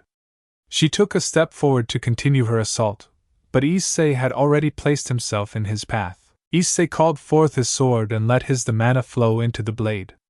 Saber's eyes widened as she raised Excalibur to catch Ascalon, crossing their weapons, and he shouted, "Let's see what you can do, King of Knights Ascalon." Waves of gold erupted from Ascalon, bathing both Issei and Saber in light. The power rippled forward, gouged the ground, and enveloped Saber's entire body. It continued onward until it collided with the hillside. Dust and smoke billowed from the aftermath. Issei, did that get her? He looked around. Ritsuka rushed towards Mashu with a green glow outlining her mystic code this time. A sudden gale of wind cleared the smoke and turned his attention back towards the hillside. Arthur, to think that you would even possess a dragon slayer's noble phantasm. I see that my thought of you weren't wrong. You are extremely dangerous. Saber pulled herself out from the crater in the hillside. Her entire armor was cracked, and a faint trail of blood ran down the side of her lips. She wiped it off her free hand. But I can tell you are holding back. Let me show you the proper way to utilize your full power. Before Issei could even respond, Saber poured mana into her sword, and the torrent of black light condensed into the shape of a dragon's head. It opened its maw wide and sprung forward, seeking to consume Issei whole. Issei switched his sword as tried to gather all his power towards Brynhilde. Mashu, sorry, I'm here now. Issei-senpai. She grounded her shield in front of Issei, protecting him from the body of the attack. The ground around them cracked as black flames licked the sides of her shield. Issei, that was close. Thanks, Mashu, he sighed but didn't release the power of Brynhilde. Mashu, no. She shook her head. It's the least I can do after my terrible performance as a servant. Arthur, so you managed to avoid that. Then Hercules, your final test. Can you endure this? Saber raised her sword upwards. Black light eclipsed the violet glow, engulfing the very airspace above them. Issei was surprised as Event tightened his grip on the sword. Mashu, that isn't good. Issei-senpai, get behind my shield, she cried. Arthur, Excalibur Morgan, she roared. A tsunami of black light engulfed the entirety of Mashu's shield. The torrent gushed around them, and he could see nothing but darkness. Mashu's knees faltered. Her greaves snapped backwards by the force. Her grip on her shield's handle slackened, almost dropping it until another hand covered and supported hers. Ritsuka, don't give up. I'm here for you, Mashu, she said, smiling. We're here for you. You're not alone. I believe in you. Mashu, that's right. We fight so we can see another day together, Mashu murmured, the vigor slowly returning into her legs. Please watch me, master. Her shield resonated with her will. White light pulsated throughout the surface, eating away at the darkness, and bricks projected from it, forming the foundations of a giant wall. It was a bastion against evil. Ha! Mashu yelled as she began to push back Excalibur Morgan's light. Arthur, the shield finally awakens, Saber murmured as her attack could no longer flow past Mashu's wall. It bubbled up at the center, and Mashu rammed it back at Saber. There was nothing to impede the flood on Saber's side. It submerged her and scoured the ground, leaving nothing but a shallow crevasse in front of them. Smoke from the aftermath obscured their vision, but it subsided quickly. Mashu fell to her knees, barely able to keep her shield upright. Fractures riddled the white wall of her noble phantasm. Ritsuka Mashu, she wrapped her arms around Mashu's waist, hugging her close. Mashu, I'm okay, but she wheezed, the fight isn't over yet. Arthur stood ready to use noble phantasm again with slitted eyes, blood dripping from her scowl. Her armor was shattered, gaps revealing black garments beneath. Excalibur Morgan, she roared. A second tsunami of black light came towards them. But Issei stood in front of them, having, Brynhildr, held in position as a green glow engulfed the sword as everyone was watching in surprise as they heard his words. Issei, I guess no holding back anymore. Brynhildr seal off. All of a sudden the green glow turned into yellow up bright light as the sword changed form. As a female voice spoke from the sword, Brynhildr proved Nephilim on the light exploded around the sword. As the earth trembled on the might of the dragon as Issei green eyes gaze at Arthur. Issei, let's finish this. Excalibur Nephilim, a roar of a dragon along with the light. As Issei finally sees her down, and sees her sword meters away, he rested upon Nephilim as someone appeared. See you, he came down next to them as Ritsuka, Olga and Mashu were looking at Issei with amazement. I see that you weren't normal at all and finished the battle as well. You all did well lasting this long. Issei noticed he was no longer wearing his coat. Castor's chest was bare, his muscles slick with sweat and smudged with dirt. Medusa, she also landed next to them. Parts of her clothes were scratched, but Issei couldn't see any major injuries. She frowned. Master, I'm glad to see you all right. Issei, I'm glad to see you're all right too. You had a lot to deal with, huh? Issei said, nodding at Mashu. Mashu was able to use her noble phantasm to protect us. Ritsuka, you did a good job, Mashu. I'm so glad, she sniffed. Arthur, victory to the power that protects, just like that innocent youth back then, the Saber spoke. She closed her eyes and smiled. Ultimately, no matter how fate changes, I face the same end when I'm alone. Her leg flickered into transparency, and her foot began to dissolve into a drizzle of golden light. It developed into a heavy rain as it stormed towards her torso, wiping away everything in its path. See, what are you talking about? Do you know something? Castor asked. Arthur, eventually you will come to know, Ireland's child of light. Your trials are not over. The Grand Order, is it the battle for the Holy Grails, has only begun, Saber murmured as her entire body faded away. See, you started to yell. Hey, wait, what did you mean by that? He glanced down, noticing that his own legs were also fading into sparks. I see, with the defeat of Saber, the war is over then, and I have no more purpose here. Mashu, Castor-san, thank you very much, she bowed. CUTCH, it's nothing. He shouldered his staff and smirked. Well, I'll leave it all up to you to clean up. If there's a next time, summon me as a lancer instead. Issei watched as the last of the sparkles danced into the air. Issei knew servants weren't human, but to see Castor disappear suddenly saddened him. Even if they had summoned him, could he be considered the same person if he didn't have the memories of this version? Issei glanced at Medusa, unsure what would happen when the time comes and she had to leave. Mashu, there's no longer a signature for the enemy Saber and Castor. She looked around. Did we win? Ritsuka, this war should be the source of the singularity, she said. Concluding it should have solved everything. Ritsuka's communicator rang. Roman, well done, everyone, Dr. Roman exclaimed through the device. I can't get a visual down there, but I'm sure you all are happy, Director. Looks like we don't have to worry about the Fuyuki singularity. Issei and the others turned to Olga, but she wasn't smiling. Olga, the Grand Order, she whispered. How did that servant know that name? Ritsuka, what's wrong, Director? She asked. Olga, no, it's nothing. She shook her head and smiled. Well done, Mashu, Fujimaru, Hayato, and Ryder. Mashu, no matter your inexperience as a servant, your own will was capable of activating your noble phantasm. Keep at it, and you'll be able to unlock its true name. Mashu, yes, thank you, Director, she exclaimed. Olga, Fujimaru, and Hayato, you both also proved yourselves on the battlefield. Utilizing whatever you possess to your advantage is a sign of a good master, she praised. Ritsuka clapped her hand with Mashu in a high five, while Medusa's gazed at her master as he walked towards Olga. Issei, thank you, Director. Without you we wouldn't have survived. He had a smile. Olga hushed. She was surprised by Issei's kindness. Issei, after getting to Fuyuki, you were the one leading us in the right direction. If you weren't there, Director, we wouldn't have made it this far. After saying that, Olga was hiding her face with her sleeve while having tears on her eyes. Olga, you too, this surprised Issei. But not Drake, who was relaxed and saying he still got it as Olga continued. Despite being an ordinary person who knows nothing, you were of assistance. Issei smiled while she held a hand towards him. I acknowledge you hired to know Issei as the director of Chaldea. I acknowledge your accomplishments. Issei, he was surprised and happy that someone acknowledged his accomplishments. Not even Rias once acknowledged any of the things he did for her, so in response he smiled brightly and said thank Olga. Before their hands could reach, a clap was heard, it echoing around the cave. Issei glanced around to check who was clapping, only to find the group bewildered and on their feet. More claps came, allowing Issei to pinpoint it towards the peak. A man, dressed in a green fur coat, kept clapping, but there was no enthusiasm in it. Lev, I never thought you would all get this far. This is an unforeseen element of the project that goes beyond what my tolerance allows.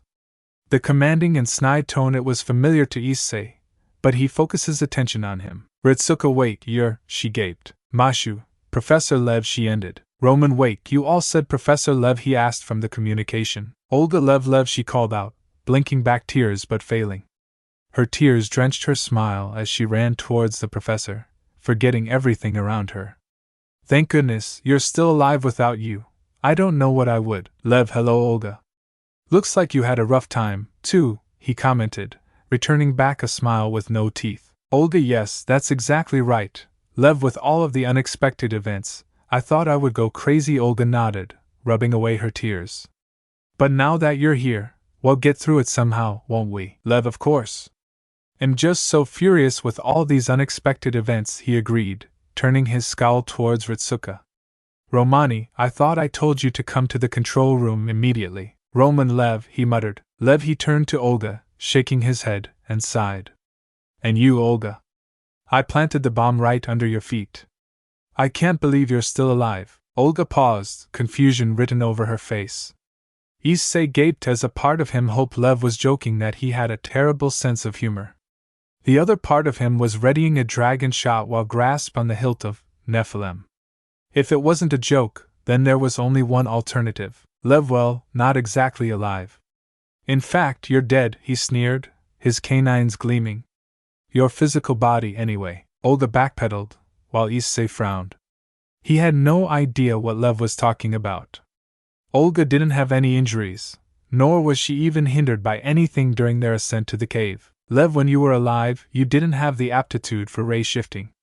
You couldn't make the transfer when you had a body, he explained, fingering the rim of his hat, but you had such an earnest desire for it, you actually obtained the aptitude as you died. Olga, that's a lie, she cried with her legs trembling. She hugged her body, unable to quell her tremors. Lev, that's why, the moment you all return to Chaldea, your consciousness will cease to exist. Olga, I will cease, she choked, to exist. Lev, but that's too miserable to contemplate, he snarked.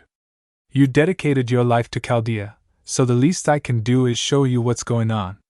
He raised his hand, and a golden cup erupted from the hill and hovered around his palm. He grasped it, fingers barely able to wrap the stem before it submerged into his hand. A golden hue emanated from his hand before it scurried up his arm and framed his entire body. Lev snapped his fingers, a visible distortion slashed across the middle of the sky. It split apart, opening wide into a perfect circle, and revealed what appeared to be a room filled with debris. In the middle of the room, a familiar sphere oscillated and bathed them in red light. Olga, that can't real, she shook her head, glancing back and forth between the sphere and Leviticus. That has to be a virtual image, right, Lev? Lev, it's the real thing. I linked space-time together for you. You see, with the Holy Grail, even this is possible. So take a good look, heir of the Animusphere family. This is the fate of your family's madness, he said as he pointed towards Olga. Golden light similar to the Holy Grail wrapped around Olga's frame as she hovered into the air. Issei/Ritsuka, director, they shouted as they rushed after her, but Mashu and Medusa held both of their arms back. Mashu, don't go, Mashu pleaded, while Medusa shook her head. Issei couldn't understand why they were refusing to help. Olga, hey, what are you doing? Olga screamed. She kicked her legs and flailed her arms, but to no avail. Lev, as this is the end, it'll make your wish come true. You may touch your treasure. He laughed, gesturing towards the globe. Olga, no, what are you talking about, please? Please stop it, that's Chaldea's, you know, she whimpered. Lev, yes, it's no different than a black hole, or perhaps a sun. He shrugged. Either way, if a human touches it, they will be split apart on a molecular level. You will experience living infinite death. Olga, no, somebody help me, Olga shrieked. Her eyes latched onto Issei's. It was the first time he saw Olga begging. No longer was she the director, but only just a girl who wanted to live. Ritsuka, no, Olga, she sobbed, falling to her knees and hands. Tears had painted her cheeks with a gloss thick enough to reflect the burning light of Chaldea's. The moment Olga collided with Chaldea's, a hand reached over and grabbed her hand. It was Issei who held tight, having the boosted gear activate. Issei, leave everything to me. They call me the man that made the impossible possible. Drake, do it, he shouted in the top of his lungs. Drake, transfer. A loud, booming voice was heard as the green boosted gear gem glowed and absorbing the golden particles that Olga's soul released while her body was burning swallowed her, fraying and scourging away her skin, muscles, and her bone. Her body was gone. Issei, I got her, Issei said, as he turned around and ready to dragon shot at Lev. Medusa, master, that was reckless of you. We cannot confront this being here, she said. Mashu, that's right. He's too dangerous. Senpai, she ran forward and grounded her shield in front of them. Lev, as expected of the servant and demi-servant. You can both tell that I am a fundamentally different creature, couldn't you? He clapped again. Issei wanted to calm down. Ever since becoming a dragon, he's become even more emotional as he pointed his fist towards Leviticus. He wanted to wipe away that smirk off of Lev's face, wanted Lev to feel the same feeling of helplessness, wanted him to suffer unending pain just as they did, but he knew he can't afford to be reckless against someone that Medusa and Mashu were apprehensive about. It frustrated him. Lev, the master, and the unknown ninth master. I had turned a blind eye to both of you because I had thought you both held no promise. Why do humans always want to avoid the course of fate that is chosen for them? He sighed before brushing his clothes and bowed. Then I will introduce myself once more. I am Lev Laner Floros. I am the Charge of Zero, tasked to dispose of your human race. Are you listening, Dr. Roman? Roman, Lev, he discussed buzzed through. Lev, as fellow students who studied magic together, I will give you one final advice. The future has not disappeared. It's been incinerated. Chaldea is probably protected by the magnetic field of Chaldea's, but I'm sure the outside world is facing the same fate as Fuyuki. Roman, then the reason we aren't able to make contact with the outside isn't because the communications are down, but because there's no one outside to receive them, he concluded. Lev, you will not perish from being a dead-end evolution, nor will you not be destroyed after engaging in a war with different races. Rather, your own meaninglessness and incompetence will be your end. You have lost the favor of our king, and thus you will burn away like useless trash, he shouted, but all of a sudden he was hit by Issei dragon shot. Issei, I had enough of your yapping, eat that, and the next time we meet I'll give you some more, he said angrily at point at Lev. The earth trembled, and they all struggled to maintain their footing. Ritsuka, an earthquake, or this because of you, Issei, she asked, raising both of her arms for balance. Mashu shook her head. No, this is something else. Rocks fell from the top of the cave while the ground was torn asunder from the shaking. Lev, this singularity has also reached its limit, as said a hurt Lev who is in a crater. The accursed Saber caused me unnecessary trouble, trying to maintain this time period even while being awarded the Holy Grail. As Lev faded into thin air, and so, farewell, Romani, Mash, Ryder and the Ritsuka and Irregular, leaving them to deal with the falling debris and cracks in the earth. Mashu, the cave is collapsing. No, the very space of this singularity is, she said, covering them from falling rubble with her shield. Ritsuka, she brought her communicator towards her mouth.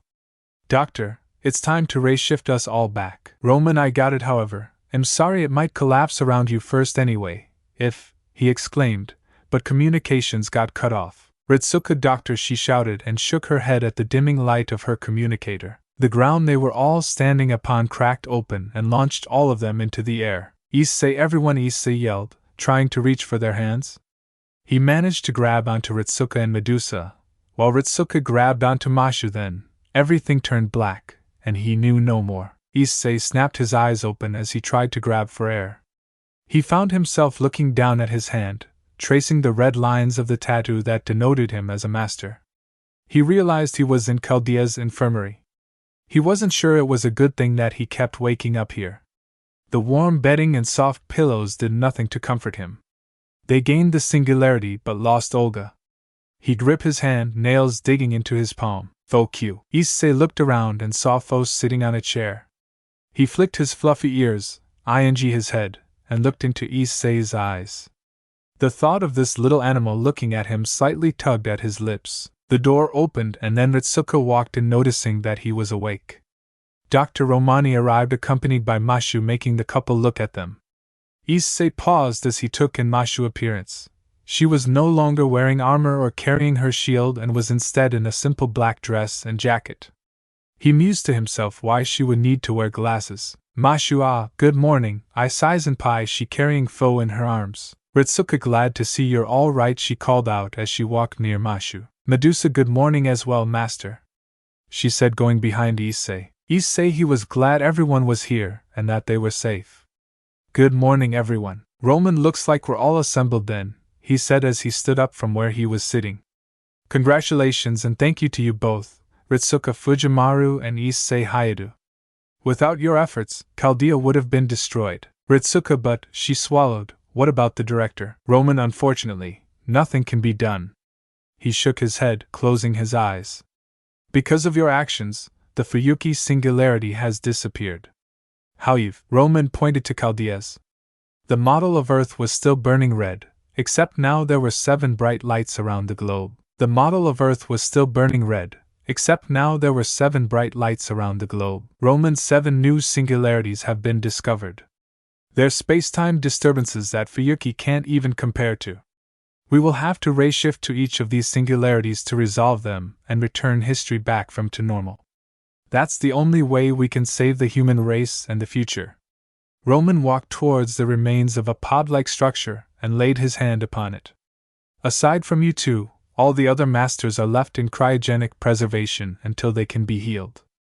Mashu and Medusa are the only servants we have. Under these circumstances, we have no choice. Roman inhaled as he faced Issei and Ritsuko.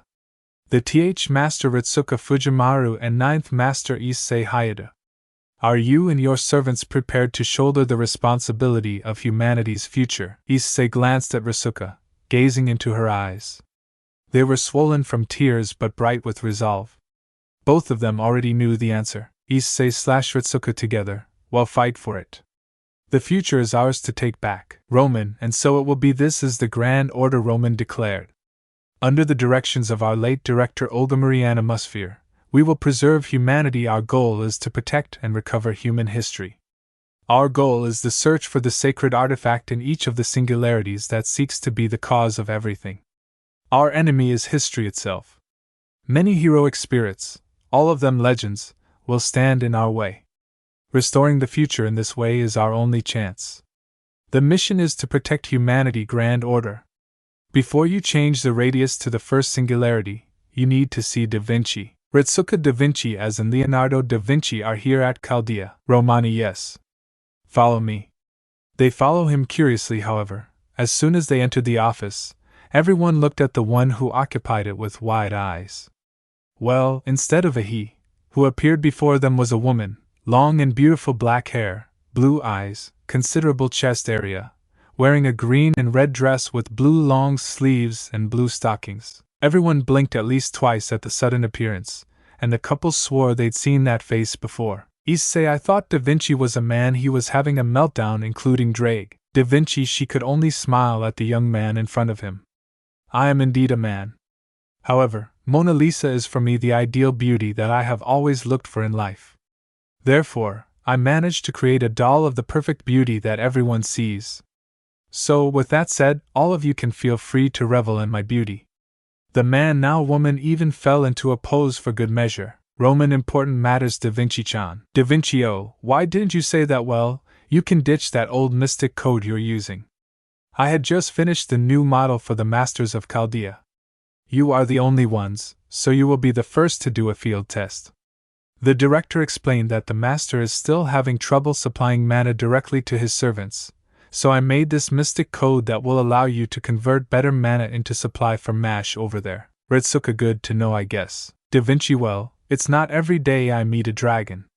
Issei was shocked, as well as everyone there, who turned to look at Issei. You may have fooled everyone, but me, a genius, you cannot fool Issei Hayadu. Issei was now freaking out. The genius has figured out what should he do. Should he confess or should he tell them? Meanwhile in DXD, all the leaders of the supernatural were sitting in a round table, but you can notice their gazes were all fixed toward one man.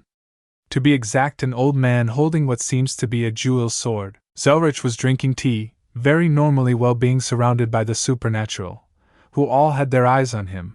As Surzek begins to speak. Surzek, so you say you can only send of us to Issei location, but I cannot be a leader or anyone strong, am I correct? He said, wanting to clarify again. Zelrich, that right Mo, currently I can only send 3 people, so who do you decide to go? Chapter, Chaldea, Da Vinci Workshop. Now everyone from Chaldea, such as the new director Dr. Roman, Leonardo da Vinci, Ritsuka Fujimaru, and finally Mashu Kirilight, who were all watching Issei with interest and weariness.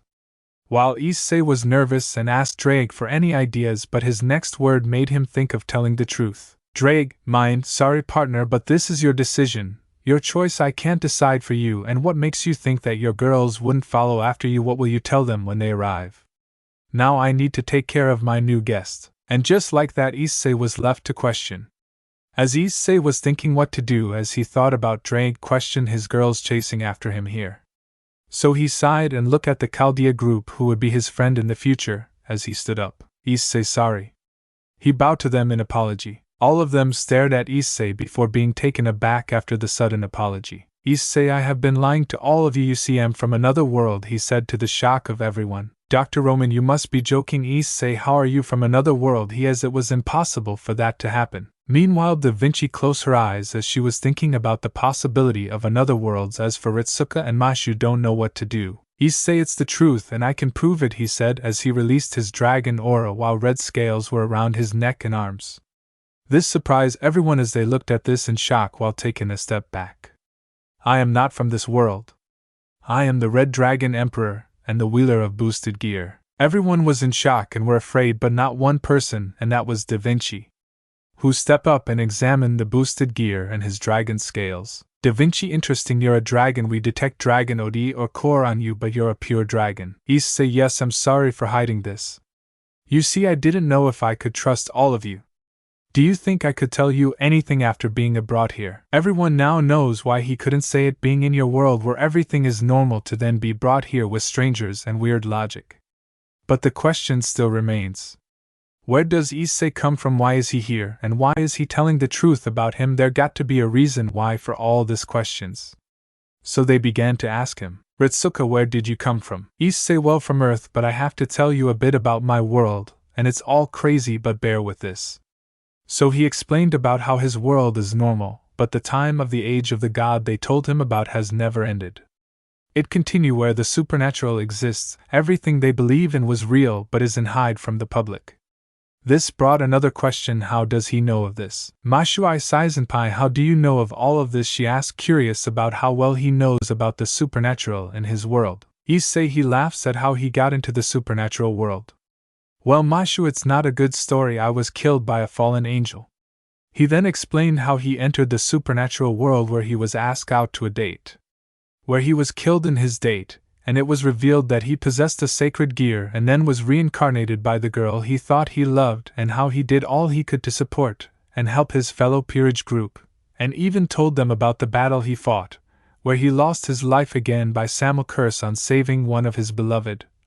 And finally his biggest enemy, the Beast of Apocalypse and Chaos Brigade, where he pushed past his limits to save everyone and sealed the beast away while assisting on the battle against Chaos Brigade, and eventually passed out from exhaustion, was put coma for months.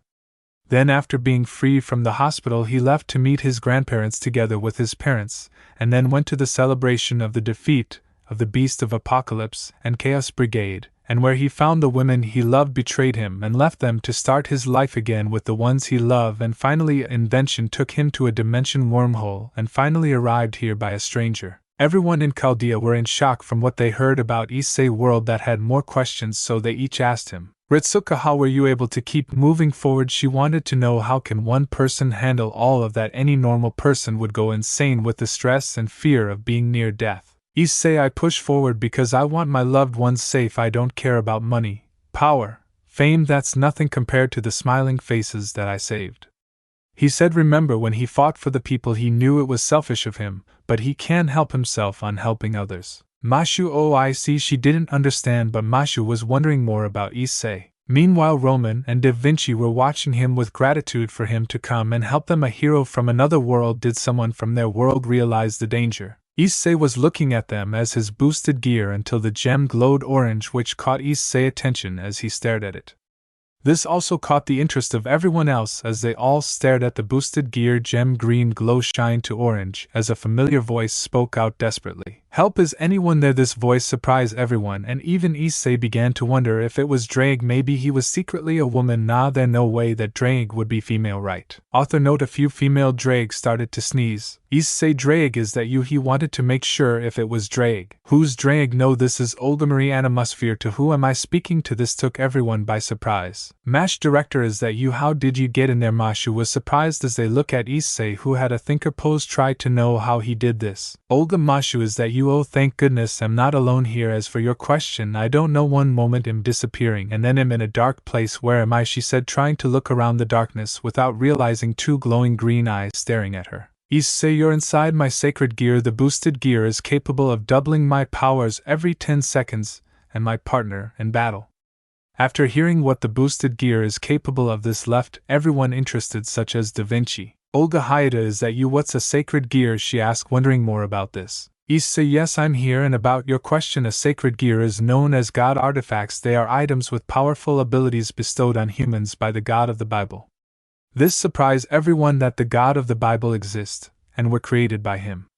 The God of the Bible created sacred gears as part of his system to perform miracles on earth.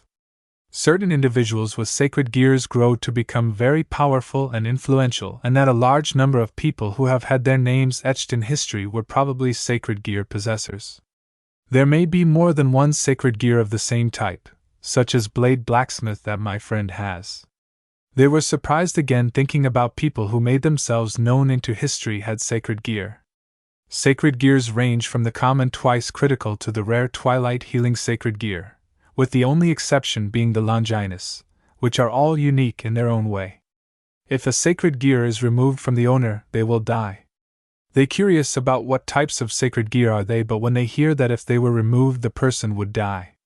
That made Da Vinci stop on any idea with the sacred gear, she an inventor not a killer.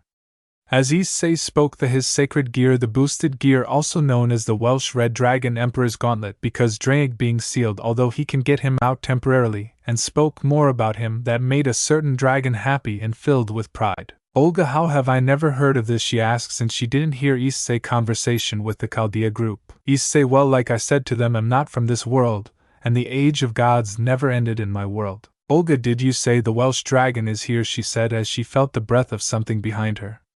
Ah, Issei, so that's your guest, huh? Drake, he said. A slight green glow was mixed into orange of the boosted gear gem. Drake, sorry partner, but I couldn't help it.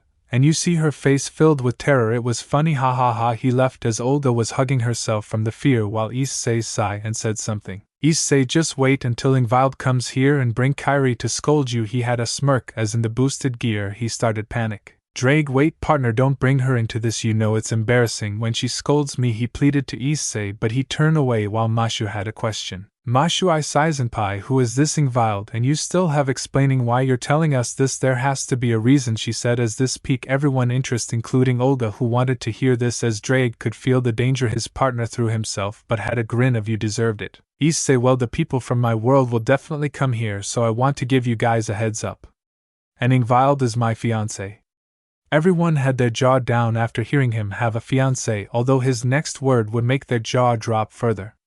Not only Ingvild, but they're also Nyx, Ophis, Latia, Elmenhild, Sigvera, Valerie. They are my fiancé, but I do have other girls interested in me, such as Momo, Lavinia, Suzaku, Edelweiss, and other friends. including some of the faction leaders maybe. Chaldea group, you have a harem. 0. DXD world. Location Grand Hall. We currently see the Alliance factions in a grand room with a round table with different respectful leaders all gathered for one person, and that would be Issei Hayato, who his current whereabout are unknown. Sirzek, we have been looking for Issei for a long time and still no sign of him. I'm getting worried about him. Azazel, tell us, where did you send Issei? He asked Azazel, who was sitting on a wheelchair while having a full body cast while being glared at by Penemu. Azazel, like I said, Sirzek, I don't know where he is. The portal I made takes you to the dimension gap and selects the dimension to travel on. I haven't placed any coordinates, he said, very honest, not knowing where his student is, causing the women to look at him with malice. As the leaders continue to argue on finding a way to locate Issei inside the meeting room with peerages for Issei groups, Sona and Serorg with their respective peerage members included the Gremory group, who are worried about Issei even though they were looked with bad eyes by everyone. They ignored them. All they cared about is getting back together with their Issei. But then all of a sudden, a portal came out of nowhere, causing everyone to start looking at the empty chair that had a surprising guest. It was an old man with a white beard and white hair who was holding a sword made of jewels. As he raises one hand in surrender while taking a seat. Old man, greeting Alliance faction, for I kissed your Zelrich Schweinord, but you may just call me the Great Zelrich, and has come to tell you the whereabouts of your hero Issei Hayato. He said this made everyone surprise, but still kept them wary. Old man, greeting Alliance faction, for I kissed your Zelrich Schweinord, but you may just call me the Great Zelrich, and has come to tell you the whereabouts of your hero Issei Hayato. He said this made everyone surprise, but still kept them wary about the old man saying that he knows Issei location. Michael, excuse me, Mr. Zelrich, but how do you know about this? Who even are you? He began to question the old man. He can tell he's not an evil person, but rather a very troublesome person. Zelrich, like I said before, my name is Zelrich. In my world I go by many names. And for how I know Issei Hayato whereabouts, well, you see, I have an ability named Kaleidoscope, which is known as Operation of Parallel Worlds, which allows me to observe and interact with parallel worlds. And I was the one who sent Issei into a world where his services are needed. He couldn't continue after being attacked by the power of destruction from Rias, who looked at this old man with hatred. Rias, how dare you take Issei away, she said, firing more attacks, but it wasn't just her but also her peerage as well. As Zelrich began to open a portal absorbing all those attacks, then making them appear behind them and attack them, causing surprise on everyone as this old man is completely hard to touch, it seems. Zelrich, apologies, but I do need to defend myself. I hope there was no misunderstanding, he said to the leaders, who forgave Zelrich since it was their fault for attacking him, and they haven't been given an explanation on why he took Issei to another world. Azazel, we know about your ability, but why did you send Issei there? There must be a good reason for that, he asked, trying to move his arm, but the cracks of bones could be hurt as he just grunted in pain. Zelrich, well, you see, the circumstances of the world I sent him are pretty bad. I've seen different parallel worlds about that world that I have seen Issei before. They're in different circumstances. As much as I would like to tell you, I'm afraid it would be complicated. Many of them had questions from that. That just means that Issei has been at that place before, but it would be a different world. Gabriel, but why must it be a second? She asked nicely, but still was very worried about Issei and could tell that the old man, by just reading his heart, is very calm. Zelrich, well, you see, Issei Hayato is the perfect candidate to help that world. His skills, his ability to adapt to any circumstances and to make his enemies his allies would make a very interesting entertainment. He said the last part made them mad at Zelrich for think Issei was just entertainment. Sarah, false, so you're using Issei as an entertainment, she said very angrily, including other females. Zelrich, he began to lift his hands up and surrender. I don't think of him as just entertainment. I speak the truth about his skills, but am afraid that his power, from what you know, has been reduced. This piqued everyone's interest. What does he mean by his power being reduced? And for some reason they had a bad feeling about this. Ajuka, you said his power is reduced, correct? What do you mean by that? He said, looking at the old man, wondering what he means by that. Zelrich, well, that's easy. What I mean is that his sacred gear, the boosted gear, cannot use its balance breaker. This left everyone having a bad feeling about that. Issei not being able to use balance breaker, meaning his full power has dropped, dangerous, although they do know he's strong enough in his base form, not to mention the training he's been doing with the sword as well as firearms.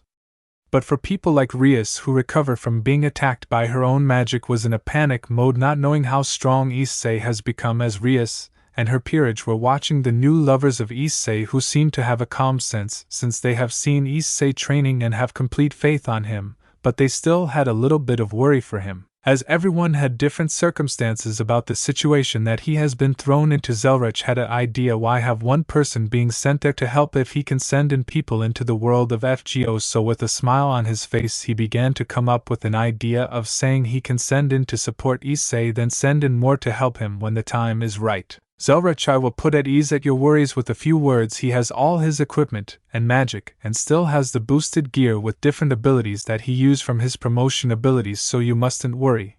He still has drag, it's just that he can't use the balance breaker. Currently he will be able to use it soon though. This put everyone at ease, knowing that he still has the boosted gear and has all his weapons. He'll be alright, but they were still worried about him and still wished they could make contact with him, but the next words of Zelrich gave them relief. He'll be able to send in 5 people to go and help Issei. Currently I only have the strength to send in 3 people. Saying a lie, although it was very hard to tell if he was lying. Then he'll send the another to help them, he said, making everyone think they have to bring the strongest to help, but Zelrich's next words made them rethink their idea.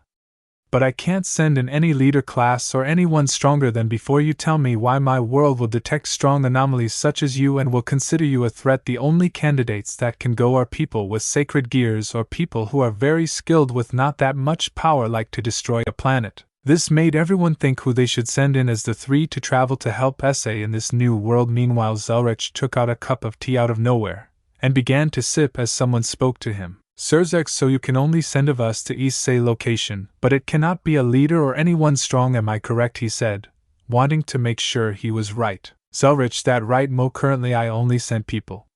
So have you decided who to send? He began to wonder who they're going to send in, but a certain tomato hair girl spoke up. Rias Onisima, please let me and my peerage go, will definitely help. But all of a sudden she was cut off by Sirzek. Sirzek, Rias, enough. If you go and help Issei, you'll try to manipulate him or control the situation there, and then no way Issei would place his trust on you, he said, breaking Rias' heart further. But someone spoke up. Ingvild, I would like our group to handle this. Issei is our fiancé, and we miss him very much. Having us there will put the rest of the girls interested in Issei will be at ease if we're there for him. She bowed along with the rest as the leader began to think about it, but they agreed and wished to ask Zelrich a few more questions. Azazel, I speak for everyone that all of you are given the task to help and assist Issei in another world. This made all the girls who had feelings for Issei happy for the opportunity. But a current tomato hair girl was furious. Rias, but why them? We can do the job better. This isn't fair. She started a banter but was quick shut up by Grafia, who slapped Rias on the cheek. Grafia, you don't have the right to say anything like it's not fair. Rias, you broke Issei's heart, but they, pointing at the girls, were there for him in his darkest moments, supporting him and loving him unlike all of you, she said, looking at Rias and peerage with Kuroka, Lefei, and Yasaka. This left all of them quiet. No one spoke except if you count Zelrich sipping tea, as the ex-girls of Issei had tears, but everyone felt sorry for them. But this was their decision. Azazel, Zelrich, can they bring any equipment they can, let's say, communicate? That way we can communicate to them, he asked, as everyone wished to hear this. Zelrich, you may bring anything you want. Such items aren't limited. You can consider it as a trip. You can even bring a luggage with you, he said. Everyone nodded as they turned to look at the girls. Azazel will be making a device so we can communicate to each other. In the meantime, decide who should be the second 2 people to also travel. Understood. Issei harem high, they all said in unison. The meeting was put to a stop as everyone began to prepare items for the to help Issei, as Zelrich told them to give him a call when they were ready, as he disappeared while the Issei harem teleport to Issei house to discuss it with the Hayada couple. Hayada residence. All the girls of Issei are currently in the living room with Issei parents, who were notified by the situation as they were now wondering who goes. Ingvild, well, we all know I'm the best one to support Issei. Even if I can't use my balance breaker there, I can still help. Not to mention, I won't be dragging him down either, she said, while everyone eventually nodded. Latia, well, it's obvious you'll go. We all place our trust on you now. Then who next, she said, as everyone looks at each other, as Issei parents were watching this, but one person spoken. Elmahild, we must also address who should stay behind, as we know Ophis and Nyx cannot participate to the other world. She said as everyone else agreed, as Ophis and Nyx felt sad that they can't participate.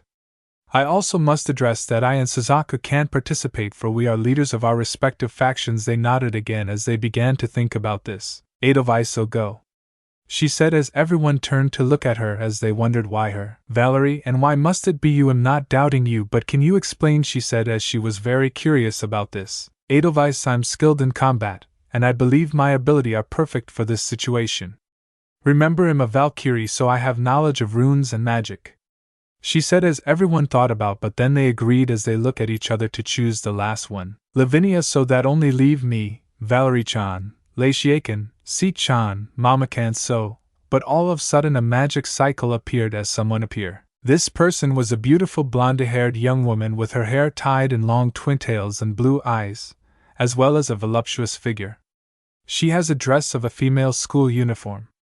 This person was no one but Claire Phoenix, the second eldest daughter of the Phoenix clan, as well as being Ravel's elder sister, and a great friend of Issei, who has feelings for him, but Issei harem has known about her feelings, including a person who made an artificial sacred gear that was based on the boosted gear and was completely thanks to Claire and Issei hard work. Including a person who made an artificial sacred gear that was based on the boosted gear and was completely thanks to Claire and Issei hard work. Claire, sorry for coming all of a sudden, but do you still have a spot left open? She asked while taking a seat on a chair, as everyone looked at her. Ingvild, do you also want to go? She asked to be sure. Claire, yes, I wish to participate since I believe I'm best to go, she said, looking at everyone with a serious face as she explained.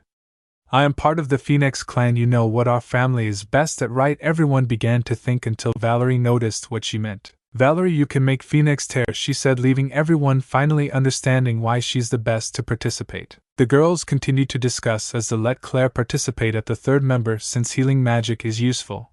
But the Phoenix tear is capable of more things and even save Issei's life. And just like that, they have already decided who to choose. Ingvild for support, Edelweiss for combat, and finally Claire for healing. Finally, deciding who to choose, Issei's partner wished them the best of luck and made sure to pack their things when they were ready to leave, including preparing clothes for Issei. They began to receive a knock on the door as Goro Haidu went to open it, and was greeted by another girl. This time she had blue hair and clear blue eyes along with a very peculiar dress. Her name is Louise Ralt, another friend of Issei, who greeted Goro before entering. Louise, hello everyone, I've heard the situation from Arthur, so I came here as quick as possible, she said as she sat next to Claire, who was watching her. Nyx, I'm afraid you're already too late. We have already decided the three who would go. We haven't decided the second, she was cut off by Louise. Louise, I haven't come for that. I came bearing a gift that I would like you to give to Issei.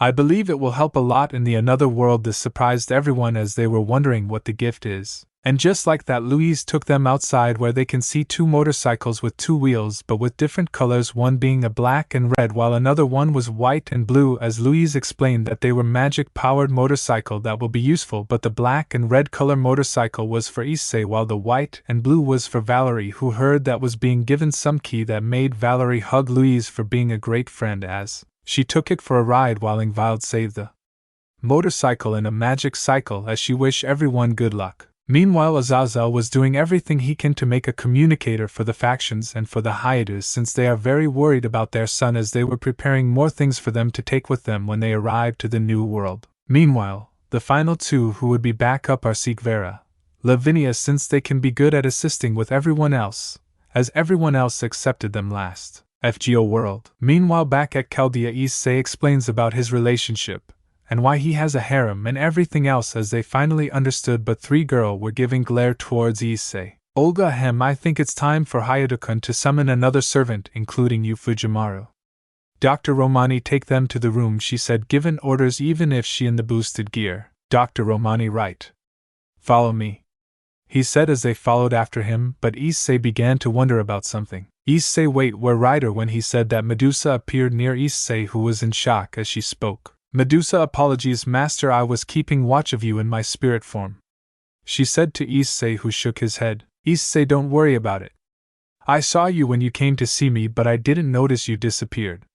he said as he showed a smile as Medusa gave a slight smile. Meanwhile, everyone entering a big room as a theater with blue lines snaking the wall, and a large glowing circle in the center.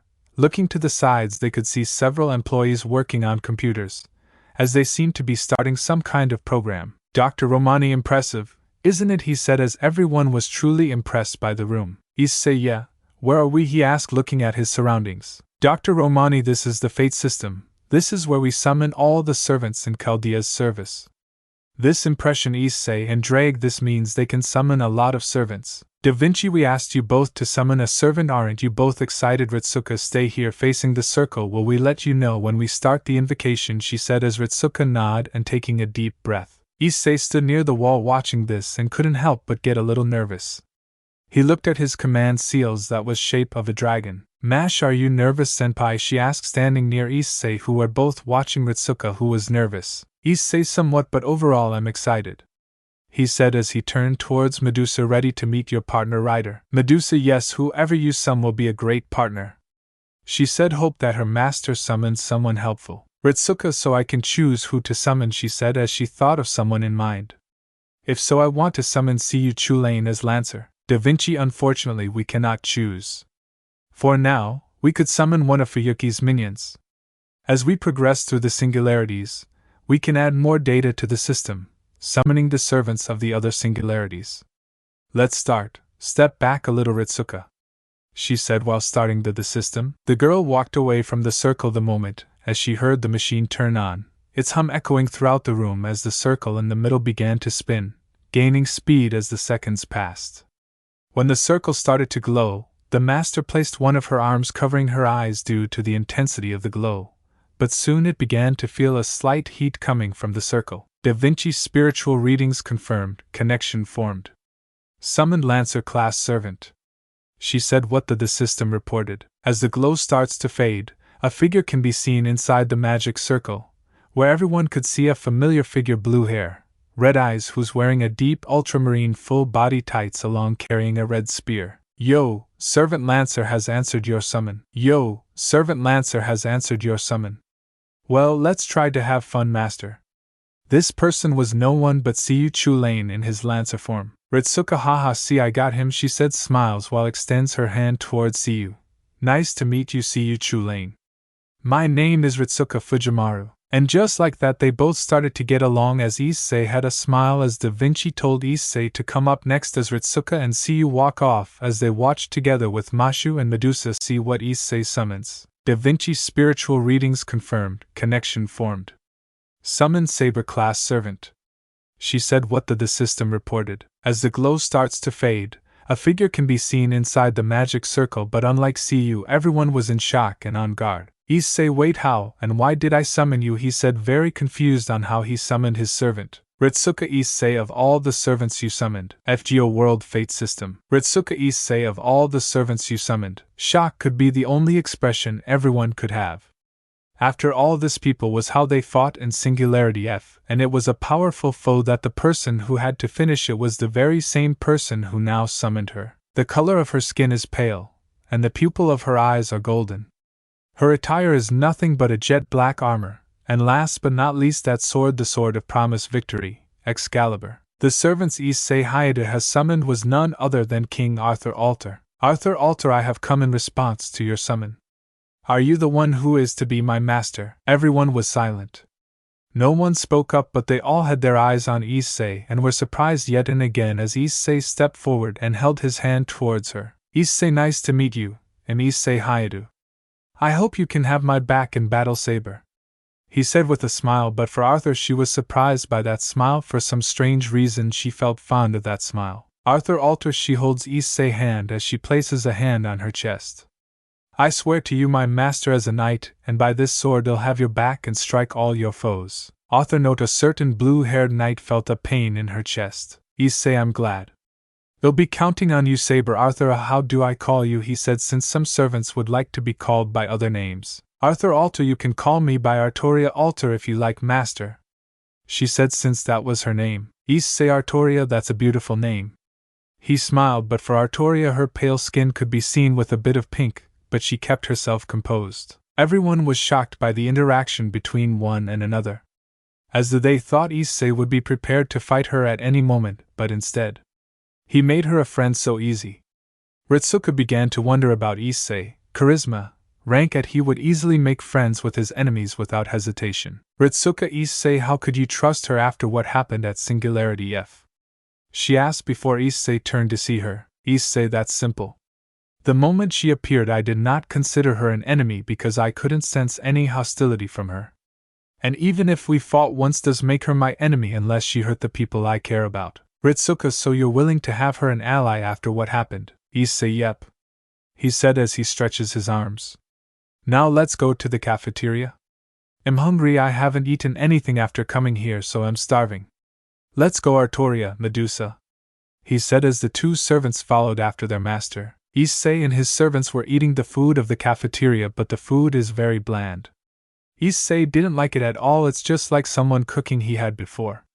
Medusa would prefer the ramen of this bland meal. As for Artoria, she remembered eating something like this for one of her nights. To be more specific, it was Gwaine who made potatoes only. Issei, man, the food is up bland, he said, wishing he could eat his finance cook, or even Miss Runia's cooking.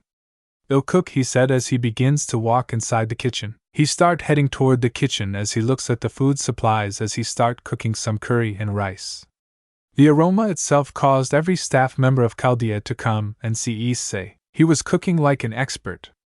Instead of making just some curry and rice, he was also making other dishes, and for some reason he started to make hamburger. The staff all collected their food, including the two. In that moment, everyone started to scream praise to Issei for such delicious food. Soon Da Vinci, Dr. Romani, Mashu, Ritsuka and Siyu came to see the chaos in the cafeteria.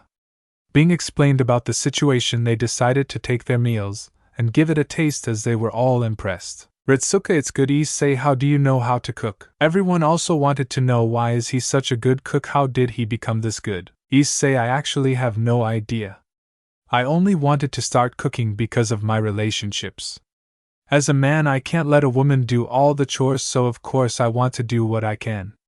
He said with a smile that caused few girls to think of something. Dr. Romani, well, thanks to the food of Hayadukan, I can say that everyone enjoyed it. Now, since all of eating prepare for Ray, shifting the voice of Romani was heard in the speaking. Currently, Issei was currently wearing a type of diver suit. Issei remembered that a girl named Ophelia had this along with other. Issei asked Da Vinci about their state. She told Issei that they were Team A, they are an elite team they had for Chaldea, they were the best of the best. A team where Issei would join if Singularity F accident did happen. Issei couldn't believe that those would be his teammates if the accident caused by Levi didn't happen. He even wondered what they would be like and could he get along with them. Da Vinci told him that they are cryogenic frozen, so doesn't know much about their state. Issei wished he had his dragon evil piece so he have saved them, but he doesn't have them and left them back into his world. Issei wished he had his dragon evil piece so he have saved them, but he doesn't have them and left them back into his world. Author notes, sadly I can only find this. If someone is good with AI art to have Issei and the other girls wearing the Chaldea outfits, please tell me. But now is no time to think about what would happen. He need to focus on what's in front of him. Issei begins to have a check on his supplies with his partner Drake. Issei has Artoria by his side, as from what he heard from Da Vinci he could only bring one servant with him in the Singularity at a time, and soon he probably be able to bring more servants to Singularity in the future. So Issei decided to take Artoria since Medusa needs a break, after finishing his checkup on his supply. That was thanks to Olga, who organized it, and was currently making her own space in the boosted gear, which Issei allowed her to do so she could feel comfortable. Issei, you ready? Issei Senpai. We are ready when you are, said both Ritsuka and Mashu, who were also wearing the diving suits. Issei didn't have any time on check them out, but he had to say one word. Issei didn't have any time on check them out, but he had to say one word. Issei, nice. Ritsuka, what was that? She and Mashu were looking at him. Issei, it's nothing, let's get started. Chaldea staff, Ray shift preparations complete, destination France. Set with those words they told Issei, Ritsuka and Mashu to enter their own coffin. Issei, it's cramped in here, he said as he couldn't believe that the coffin are small. Ritsuka, tell me about. I can barely move around here, she said trying to adjust herself. As a screen of Da Vinci appeared in front of them. Da Vinci, haha Issei, Ritsuka, from here on you'll be the center of this story. That comment made both Issei and Ritsuka to look at her. Not as heroes, but as a normal human being, at least to Ritsuka as a dragon for Issei. This is the role you two have been given, in this battle to determine the fate of the planet. She said as Issei understood but Ritsuka didn't. Ritsuka, what do you mean by that? Da Vinci, that your judgment will be what saves us. Saying that, the opposite would also be true. She said as Issei understood the mission depends on their actions, their judgment. He understood it since Azazel had sent him to mission to help him grow in a leadership, strategize, and using his brain to think. Ritsuka, my own judgment. SHS was thinking about that herself. Chaldea staff Ritsuka Fujimura, Issei Hayato, Mash Kirilite. Clear, all set for ray shifting. All sequences clear. Commander Archaman, please give the order. All sequences clear. Commander Archaman, please give the order. Dr. Romani, he begins to take a deep breath as he messes with his hair. This is where it starts, he said as he then looked forward. Pseudo-spiritual transfer start, commence mission. Grand order, grand order. Scene change brought to you by Chibi Issei taking to Chibi Siegfried and becoming friends. While Chibi Kyoheim was watching him, it's been a day after Zelrich told the factions of Issei we're about to another world. Issei Harem were currently preparing themselves to be there and assist Issei on saving that world. They were even training with the girls that would stay behind. Meanwhile, Rias and her group were currently fighting on who should go. Since their plan was to get into the portal first so they could fix their relationship with Issei and help him in that world. As for the leaders, they were calming the public who wanted to know the whereabouts of their hero and pillar. While people like Azazel and Ajuka were preparing items for the girls to take in the another world, but all the preparations are set.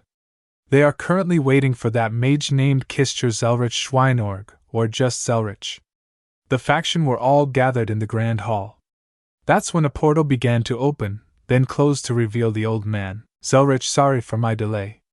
I was helping a client by sending something very important to a person. He grinned as he remembered, getting a call and then tossing the Holy Grail into another world. Now then. I believe you have the 3 you want to send, correct? Surzek, that's right. The ones to go are Ingvild Leviathan, Claire Phoenix, Edelweiss. He said as the girls stepped forward. Zelrich, oh, the boy does have quite the beauties, he said, but then looking at Ingvild as he chuckled on seeing her in a different circumstance.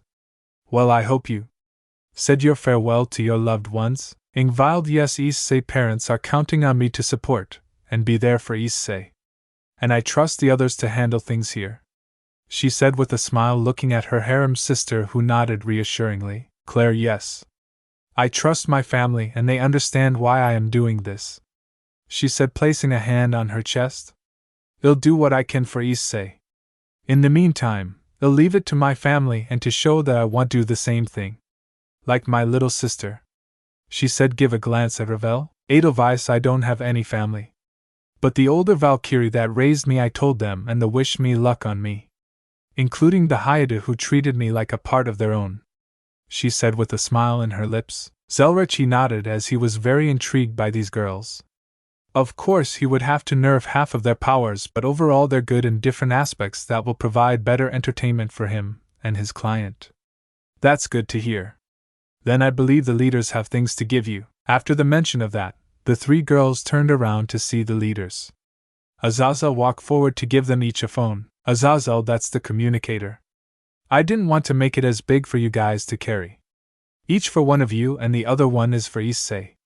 I currently have 2 more for the other 2 who are going to travel to the new world. Ajuka, do not worry, you can contact us whenever you can, although there are situations that it might not work. Please keep that in caution. The girls all begged to and keep the phones, but all of a sudden Ingvild's phone was being held by Rias. Ingvild, I recommend you to let go, she said in a very sweet voice, but her eyes don't have a smile. Rias, you let go. I don't accept that all of you 3 get to go. It should have been us, not you, so let go, or I'll have to make you, she said, very trying to pull the phone. Ingvild, if you want it so bad, then take it. But I'll be sure to beat you up to get it back, she said, letting go of the phone as Rias began to walk backwards before falling to the ground. Rias, I like to see a girl who can only do singing to try, she said, holding a power of destruction in her hands. Everyone started panicking. They knew it was a bad idea to have the Gremory group here. Before anyone could stop Rias, She already thrown her power of destruction at Ingvild as the man-girl just stayed still. As all of a sudden the attack was neutralized by two people who just showed up. A black ball appeared as the power of destruction was gone as the small traces of the power were then zapped from purple lighting. The two figures shown to reveal a girl and a woman.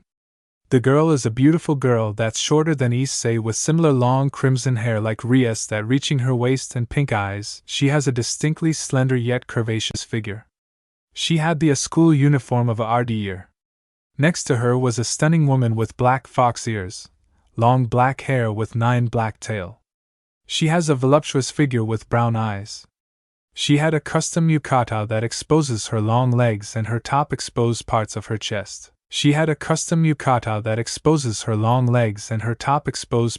chest. These two were the one to stop the attack. As they began to introduce themselves as they criticized Rias. I came to wishing Ingvild good luck and to give her a letter so she could pass it to Issei. But what's the first thing I see is my cousin Rias thinking of herself very important. To go after a person who doesn't love her anymore. She said with disbelief that Rias would be the heir of the Gremory. Rias Mio, what are you doing here? She was angry that her cousin from her father's side came named Mio Naruse. Surzek, I told her what happened to Issei and she was worried so she came to give her friend some letters to give to Issei and she wasn't the only one to write a letter. Turns out our ancestor Runia's Gremory also wanted Mio to give the letters to Ingvild. He said as Rias was in shock after what she heard. Mio, anyway, here you go, Ingvild. She said as she started passing along some letters to her, as Ingvild nodded as she and Mio smiled. Ingvild, don't worry, I'll be sure to deliver these to him. She said, keeping the letters in her storage. As she already knows of the feeling of Mio and Miss Runia's towards Issei, as for a strange reason he's able to charm some girl. It's a good thing. He's not a womanizer, or maybe he secretly is. As they were having their moment, the woman with black hair began to approach the leaders before bowing to them. I'm Musashi, the new current leader of the yokai faction. I came to make myself known, but it seems I came in a bad timing, haven't I? She said as all of a sudden someone tried to tackle her. As she turned to look down to see a blonde little girl with fox ears. Kunu Musashi Onisama, you're back, she said happily to see someone she hasn't seen for a while. Musashi era Kunu, it's been too long, my dear, I miss you so much. Look at how big, beautiful you have gotten.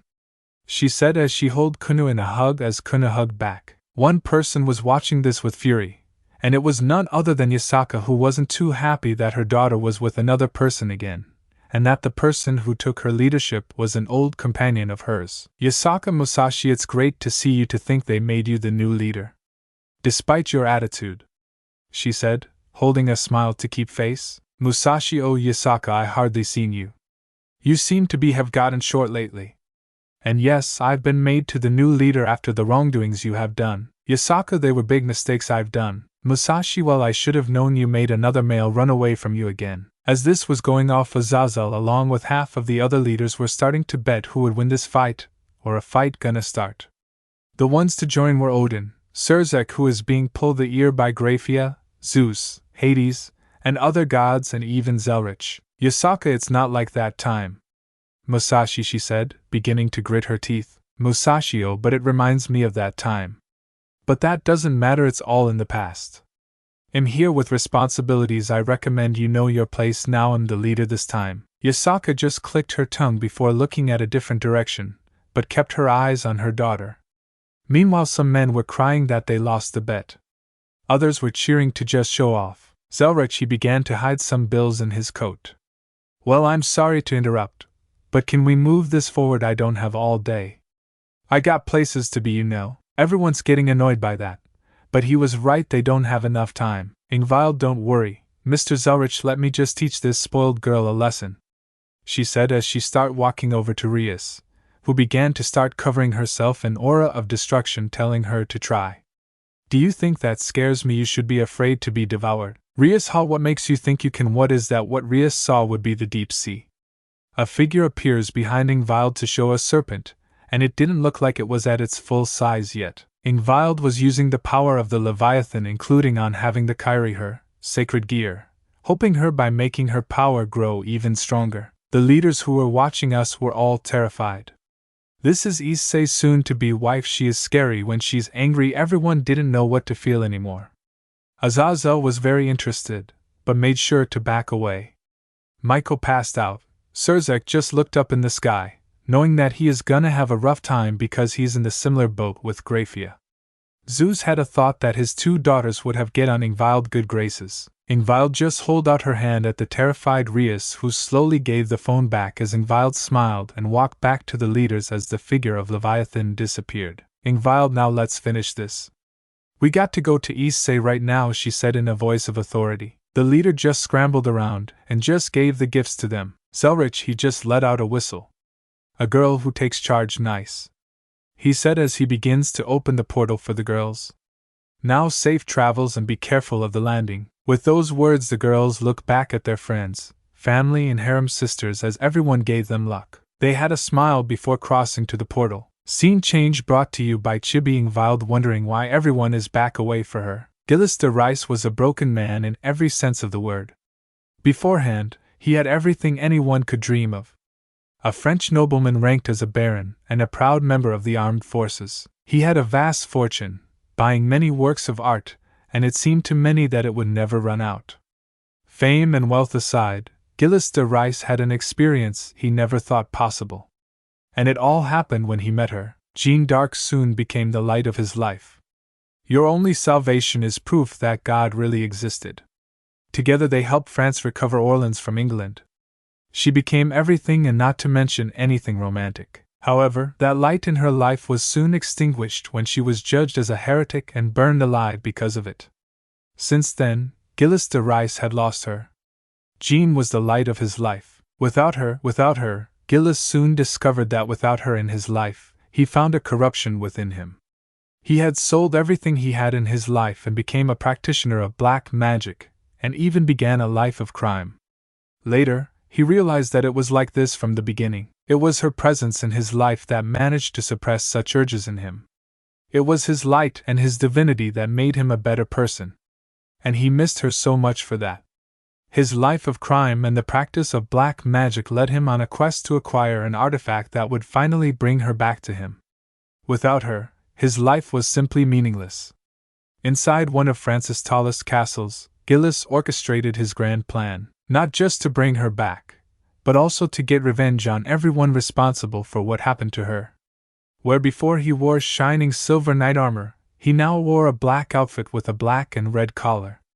His arms filled with black threads. With the Holy Grail in hand, Gilles opened his book containing black magic and began the incantation to bring it back. With the Holy Grail in hand, Gilles opened his book containing black magic and began the incantation to bring it back. Not just for him, but for France as well. Placing the artifact in the middle of a summoning sigil as he spoke his incantation, Gilles thought of the light that was Jeanne d'Arc in his life. However, where once her presence alone would prevent his dark impulses from resurfacing, this time his memories and experiences failed him. Memories of his atrocities committed after the brutal crime committed against his beloved Jeanne. Then thoughts of anger and betrayal began to cloud his judgment. Furthermore, he began to feel joy from the memories of the people he tortured and killed throughout the enchantment. When he finished, the circle under the Holy Grail erupted to life, in a blackened tone. Gilles' smile threatened to rip through his face at the sight of the person who emerged from the summoning sigil. He could see her blonde hair braided into a long ponytail. He could see the crown on his head and his armor, yet when he took a step forward, Gilles could see that she wasn't his Jeanne. Her armor and clothes were dark blue, but this person's clothes were black. Her skin complexion was quite pale and his facial expression. Gilles couldn't see loving eyes looking at her. He couldn't feel the heat looking at him.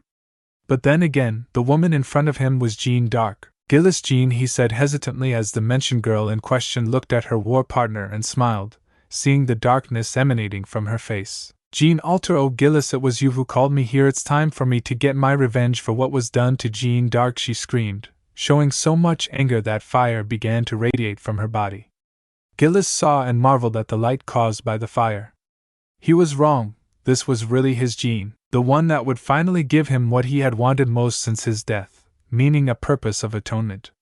She was his everything, and in her deluded face she was back with him once more. Gillis, yes, Jean, together we will bring ruin to those who wronged you, and here I bring a reward.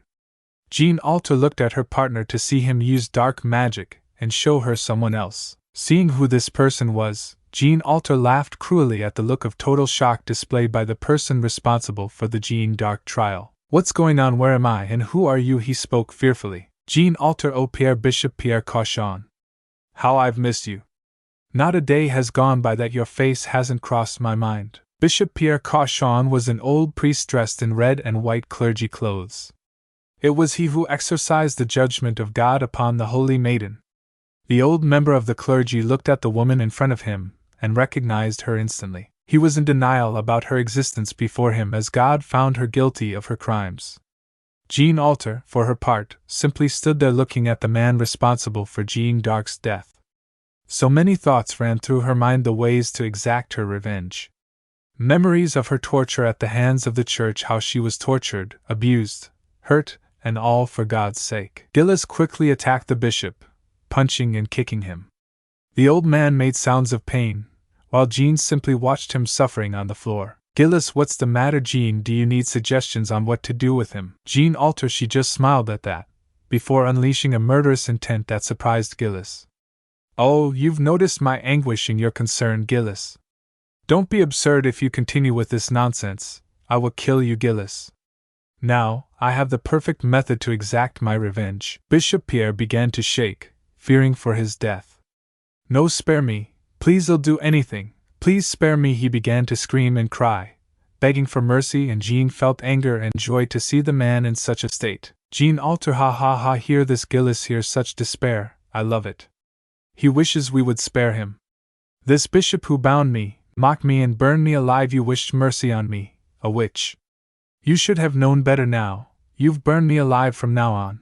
There's no better punishment for you than me doing the same to you, right? Bishop Pierre took a step back and even begged for his life once more as torrents of fire erupted from his feet.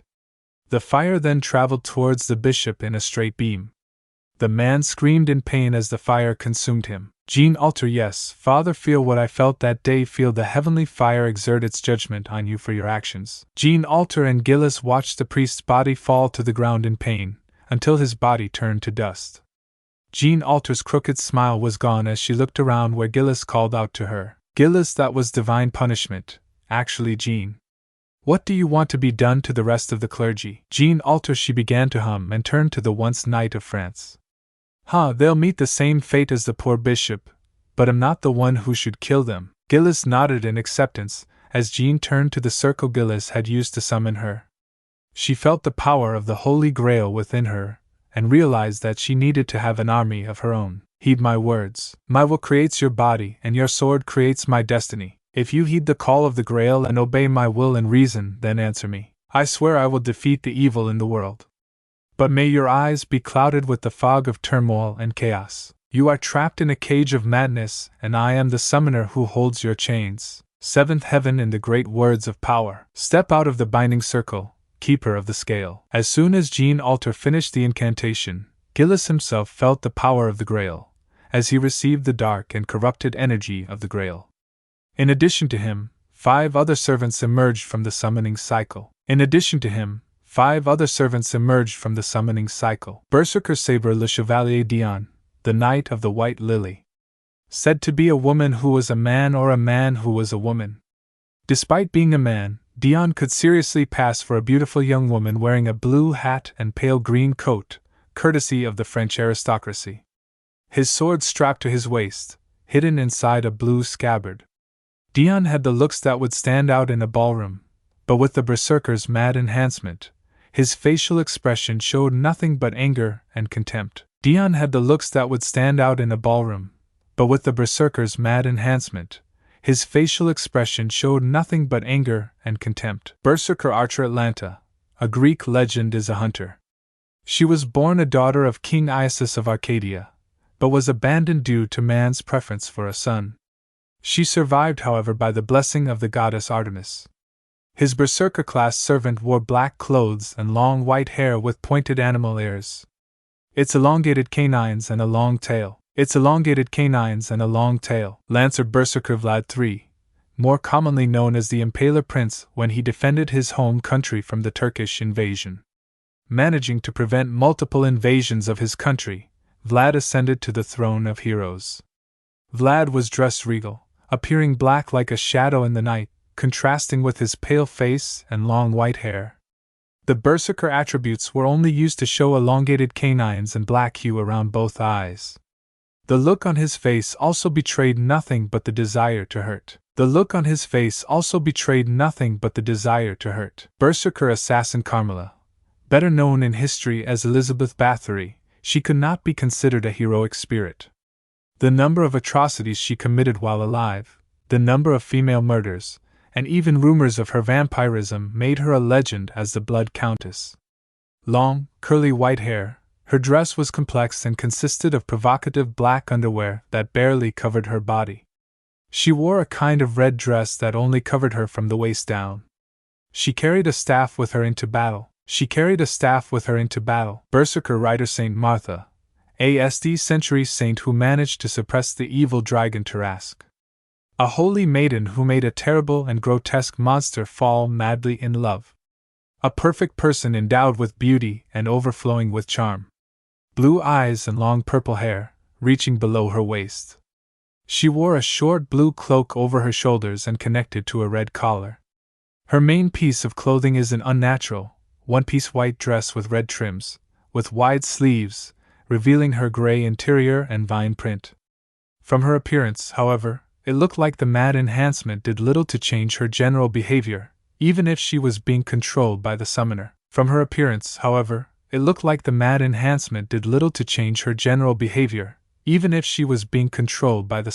Berserker Castergillis de Rice. Jean Alter. Now, my dear servants, I am Jean d'Arc, your master. My order will be as follows. You will not only kill the clergy who defied me, in whatever method you wish, you must cleanse this country, this era that is the France. We will return this land to an empty desert. Age, religion mean nothing, all will be killed equally. That's why I gave you all the attributes of a berserker. You can be a hero or a saint, but with me, you will provide nothing but destruction and slaughter. The servants looked at their master, laughing like a hyena, none of them showing discomfort with the orders. Thanks for watching this video. You really enjoy this video. Like, subscribe, and comment down below, and turn on that bell notification. Don't forget to support and follow Hajime05665 for writing that awesome fanfic, and also make sure to comment on this story, link in the description. See you in the next video. Goodbye.